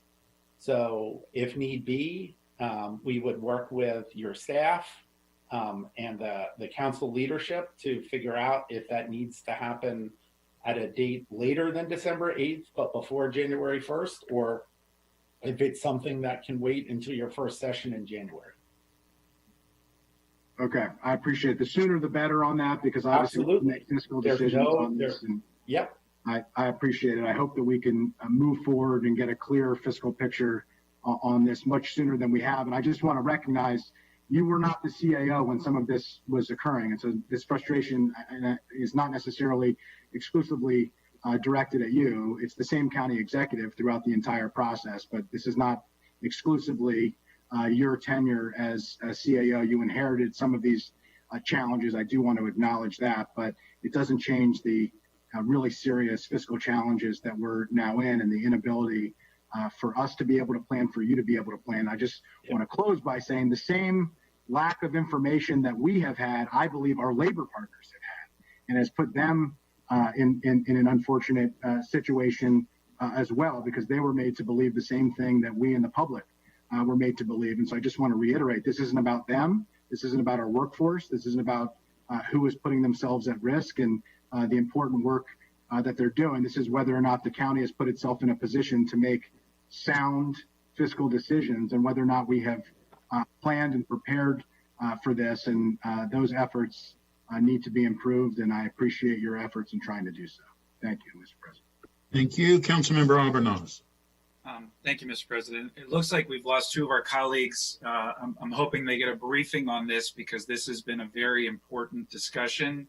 I want to go back to the discussion we had earlier with Ms. Mora and the update on the minority health initiatives. And let me just say that when Councilmember Navarro and I convened a meeting in early August with really amazing community leaders who stopped whatever they were doing on a dime to meet, and then followed up with Dr. Crowell and the county executive, you've exceeded my already high expectations. What the Por Nuestra Salud y Bienestar initiative has been able to accomplish is truly remarkable.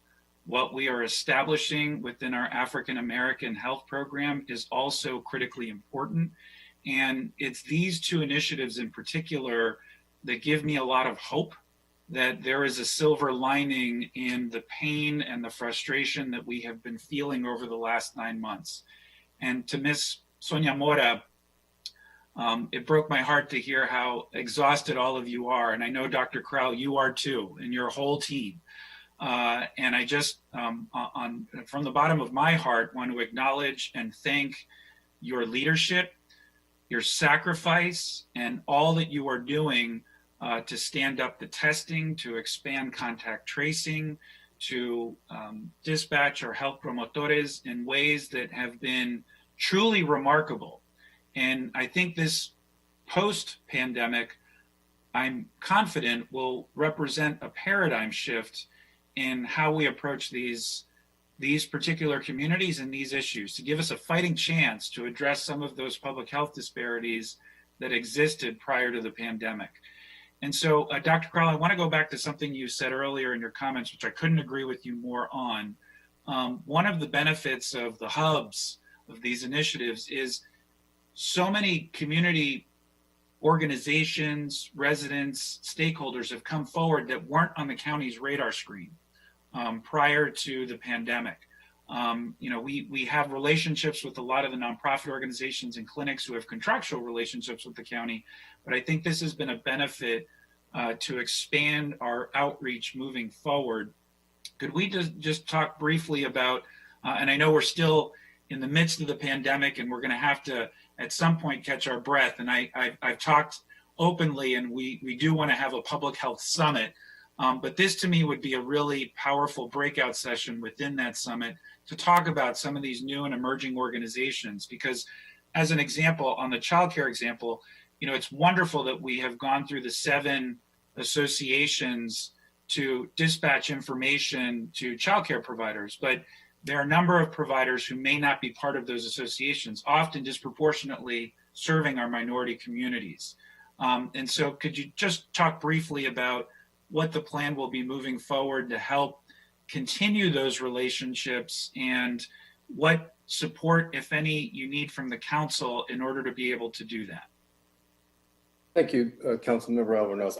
Let me just say that the collective work of the community and the providers in the community with HHS and all of the county government has been absolutely phenomenal in this process. There are a lot of different ways I could approach answering that question, but I would say a couple of things. When we put out the emergency assistance piece and we partnered with community members, with community organizations, we identified community partners that we've had longstanding relationships with and chose them as our leads for this. One of the things that has become apparent, both in terms of food security and in terms of things like the emergency assistance, is that even our partners run in some traditional veins and traditional patterns that we now have to work to identify and broaden. There were secondary partners that were in other parts of the community and reaching out to other parts of our communities of color that didn't feel like they necessarily had the same level of access. And so our task now is to identify those folks and make sure they're part of that overall partnership as we go forward. It's one of the lessons I think we learned from emergency assistance. The hubs represent, I think, a really glowing opportunity and a lesson learned around this. The hubs were organic, and partners from the community that existed together came together to do something and then expanded their reach. And I've been happy to be able to support that piece, the development of that. It is not here's the model and we replicate this times 7. What we've replicated that was part of the Black Rock Hub, I think, is the invitation of partners to come to the table and define what they need in the community and to have us respond and support that. And I think that is a future for us as in terms of partnerships, letting each region figure out what it is that they need, helping them to understand that and helping them to share that with us and provide it. The challenge ahead for HHS, I think, is helping to support that, and the county is helping to support and keep that going and make it and codify it into something that is an ongoing structure for the county.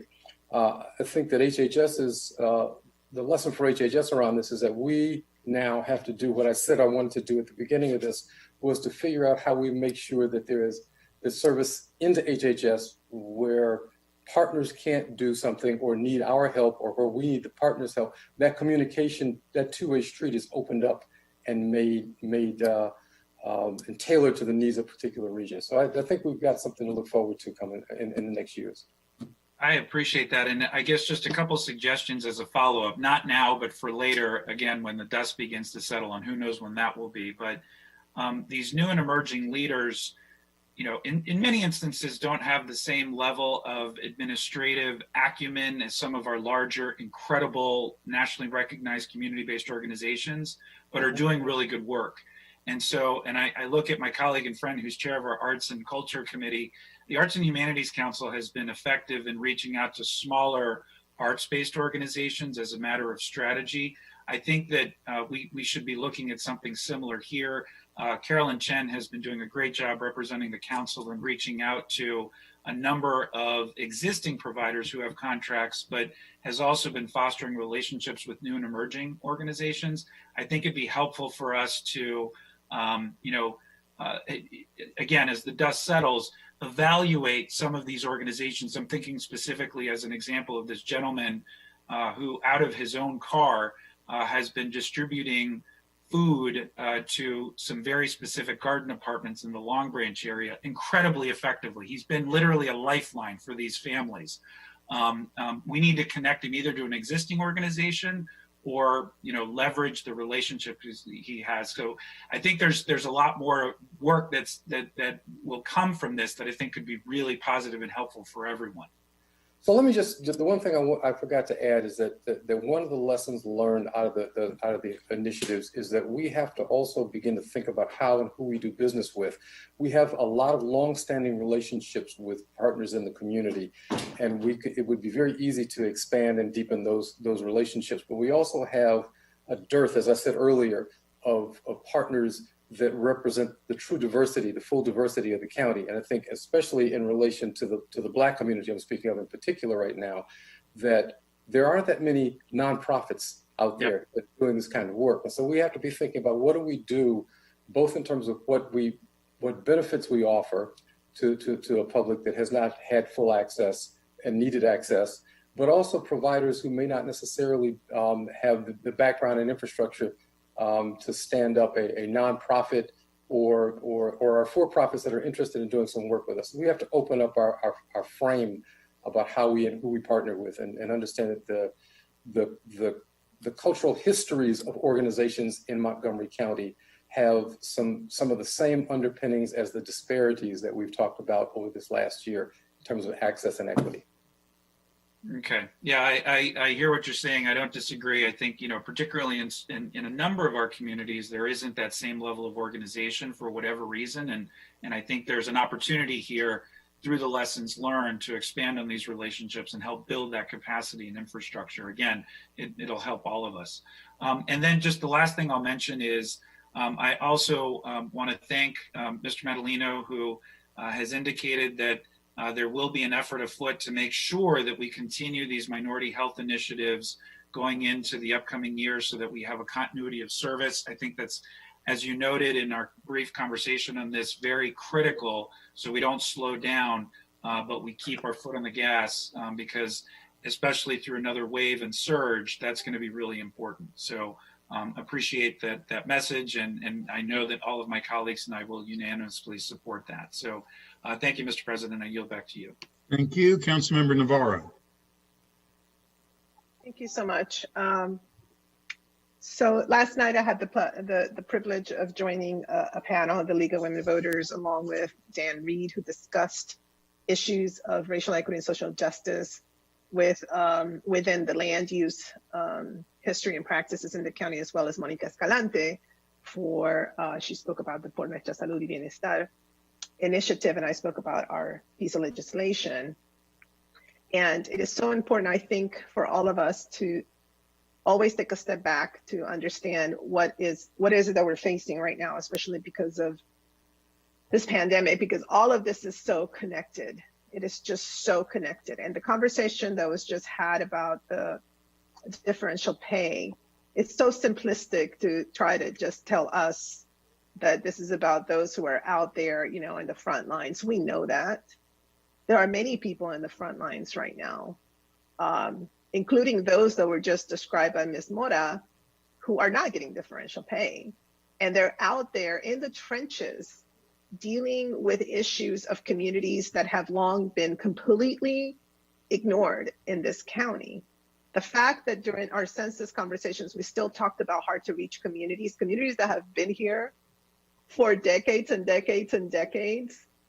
It's a testament to the fact that here in Montgomery County, we are still not willing to accept that we are a county that is majority people of color. And so these two initiatives really came as a response to the notion that we cannot continue to do business as usual, which is just out of our goodness of our heart trying to address, you know, these issues in a piecemeal way. We have to respond to the needs of our constituents, our residents, who happen to be majority people of color, who during this particular pandemic, we've seen that our inability to accept that reality actually has a real life and death impact on all of us.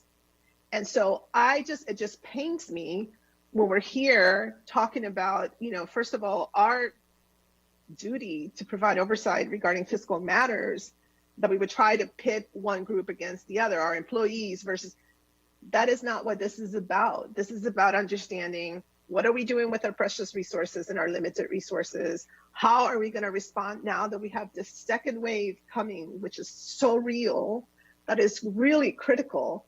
And number three, how we, all of us, because this is a shared responsibility as leaders, began to transition from speaking about these communities as niche communities, as, you know, we just discovered type. This is who we are. And we should really think through how it is that our thought process translates into policies and budgetary decisions, because we are still dealing with that mentality as if, again, these are somehow hard to reach communities that have been here, in the case of the Black community, forever, and in the case of our immigrant community, for decades and decades and decades. And, you know, I still have some questions, of course, about things that are outstanding. But I have to say that this just really got to me. We seem to still just, you know, be operating from a place of complacency and status quo. And I will also say this, my colleague, Councilmember Rice, always says he's the veteran, I'm the other veteran. I am a big institution person. You know, the county council has a role to play, just as the administration. And I'm sorry, Mr. Medellino, I know it's frustrating, but I completely want to make sure we do not ever accept these types of exchanges between our CAO and a council member. It does not bode well for us. This is the second time that there's been an exchange like this with somebody from the administration at a very high up level. It doesn't look well. And to me, it's actually really disappointing, because we need to be working hand in hand, and we need to be able to examine what we're doing well and what we may need to improve. That's all we're trying to do here. So having said that, thank you, Dr. Kroll. Thank you, Sonia Mora. Thank you, partners in the Por Nuestra Salud y Bienestar Initiative and our African American Health Program. You have demonstrated that there is so much talent and so much expertise within our departments and in our communities. And you came in record time to stand up initiatives that are now considered models around the state, and I'm sure the nation, to respond to something so unprecedented. I am so extraordinarily impressed with the numbers, the results, with the strategy, which, by the way, was not just some kind of organic, spontaneous thing. This is how services need to be delivered in our communities. You came, you put it together, and now hopefully we'll codify this, as Councilmember Albornoz was saying, and we can expand on these concepts. That takes a lot of leadership. And so thank you, kudos to all of you in the HHS department and leaders of the community out there doing this. extraordinary, faith-based organizations that have stepped up. This has been really remarkable. But as Ms. Sonia Mora said, let's also not forget the impact that this is having on those folks who are out there. And I talked to some of them who are there out there until late at night, going above and beyond even what they're supposed to do to help that family, to deliver a particular service, to have to hear the complexity of the need. Our 311 operators, we've been told, have been overwhelmed by this. Imagine those folks who are actually out there physically dealing with very complex needs in communities that for so long have been really put aside or have been invisible. Just think of the impact that has emotionally, to have to go home with all of those stories in your head. This is really incredible. So I hope that all of us keep that in mind, because yes, our extraordinary employees are out there doing it, but so are these heroes out there who are not getting differential pay, who don't have the same level of benefits. Many are volunteers, and they're doing it because there's an understanding that we have to work together. So I had some questions, but again, I think this has just been a very interesting conversation, and I'm just overwhelmed right now by the whole thing. But let's make sure that we keep tracking these expenditures, because now with the second wave, we absolutely now have to create a new plan to address the same issues we had to address this year. Once again, and it's not clear to me where the resources are going to come from, but that is something that I hope, Mr. President, that we can incorporate in these briefings, thinking of the second wave. How are we preparing ourselves and positioning ourselves to respond to the same exact needs that we've already seen, but now are coming back in full force? Thank you. Thank you. Councilmember Rice. Well, thank you very much, Mr. President. And let me just say I echo the sentiments of all of my colleagues here, so I'm not going to belabor the point on too many levels. I did have a specific one, and I really want to give kudos to Por Nuestra Salud y Bienestar. You've done a phenomenal job, Sonia, in terms of really standing this up in the community. And it sets an example for what we want to try and emulate with the African American Health Program. Dr. Kroll, can you just give us, and I know you gave us a kind of update as to where we are and some of the progressive, the progress that we've made up to this point, but can you just share a little bit more about what you see for the future between now and December 31st? I know that we're trying to really ramp up testing aspects, getting out into the community. I know that I'll be attending a kickoff for testing very soon in the community, and that's very exciting to see. But just talk a little bit more about that and how we're trying to continue to follow in the footsteps of the great work that Sonia's done in terms of making sure that our African American community benefits from this same sort of great traction that we've seen in our community. So I think that the path obviously has been and will be a little bit different, but the thing that has been wonderful to see has been the EC's struggle and success in overcoming obstacles in creating a team that would be collaborative and supportive of all the pieces of the initiative that they set out in front of us. I do think that we can expect coming into the end of the year that they will continue to ramp up the volume and number of testing and the test sites opportunities that they will create for testing. I also think that we'll see, in particular, the case management and their follow-up work that Sonia has referenced and talked about will also be a part of the work with the AHP. The unique feature from my perspective is that they are, one of the challenges of the Black community is that they are dealing with a large number of folks who have co-occurring health conditions and who may be at risk and increased vulnerability because of co-occurring health conditions. And therefore, if we don't address their needs and make them aware that they need to get the proper healthcare attention for those issues that they may face, not only contracting COVID, but they could contract a potentially fatal dose of COVID-19. So I expect them to continue to ramp that piece of the work up I also think that the expectation is that they will continue that work into the new year and throughout the first half of 2021. So they will absolutely escalate. As we start talking about things like vaccine, one of the things that has to happen, and we will do, Dr. Gales mentioned it earlier, but we will be establishing a work group and task force to try to make sure that we are first off beginning to do a coherent process of educating and making the public aware of the need and the value of vaccine and what lies ahead, so that we prepare that ground, so that when we do have vaccine for the public is aware and ready and receptive to receiving it.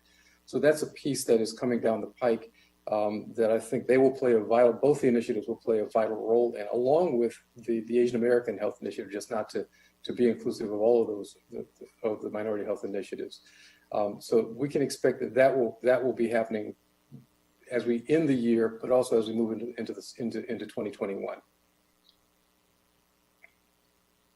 Okay. Anything else? Thank you. Well, with that, thank you all. Yes, please. Mr. President, I wanted to thank everybody for the really kind comments regarding Salud y Bienestar. As I mentioned, it's been an incredible endeavor. And I do, as I'm giving credit to all of our incredible partners, I would be remiss if I don't thank our executive side for which I work. Part of the ability for us to be able to move Salud y Bienestar in the right pathway is that I was given the authority to be able to bring as many members of my team as possible. So I have been able to bring we have about 7 of the LHI staff that are working in diverse ways and supporting the effort of Salud y Bienestar. That's why when I said that this was a private-public partnership, I really mean it. Mm-hmm. I'm also super grateful because I have been working both with Dr. Kroll and with Rich. He has been, I know he came in after I was reporting to someone else, but he has given me a tremendous support. And part of the ability for us to move things so quickly with contracts and other pieces had to do with the fact that I was getting the support from the second floor and our county executive as well. So just wanted to thank everyone, but also acknowledge the contributions that everybody have made into making Salud y Bienestar a success. And as we move forward, I know when the steering committee met with both Dr. Kroll and Rich, I don't think that they hesitated for a second to say that they were going to be there to support the program, for the continuation of the program. And so as we're speaking, the steering committee is preparing a proposal that will be submitted, I believe, by tomorrow for the continuation and then consideration for the council. So again, thank you to everybody. It really, in my opinion, I've been in county government a long time, 30 years.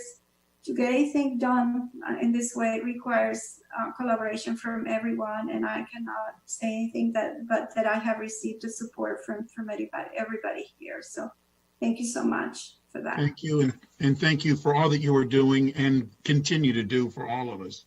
And with that, we are going to go on recess. We're going to take a 30-minute recess. So we're going to come back at 1:35. Why don't we come back at 1:35? And we'll start the public hearings. We have 2 public hearings. We have 2 different briefings. And then at the end of the day, we are going to come back to agenda item number 6, which is the legislative session day 35, where there will be the introduction of bills, Bill 4520 and Bill 4620. So right now we are on recess until 1:35. Thank you very much. And additional contractual support for mental health services. The time has arrived for us to then have a strategy that is completely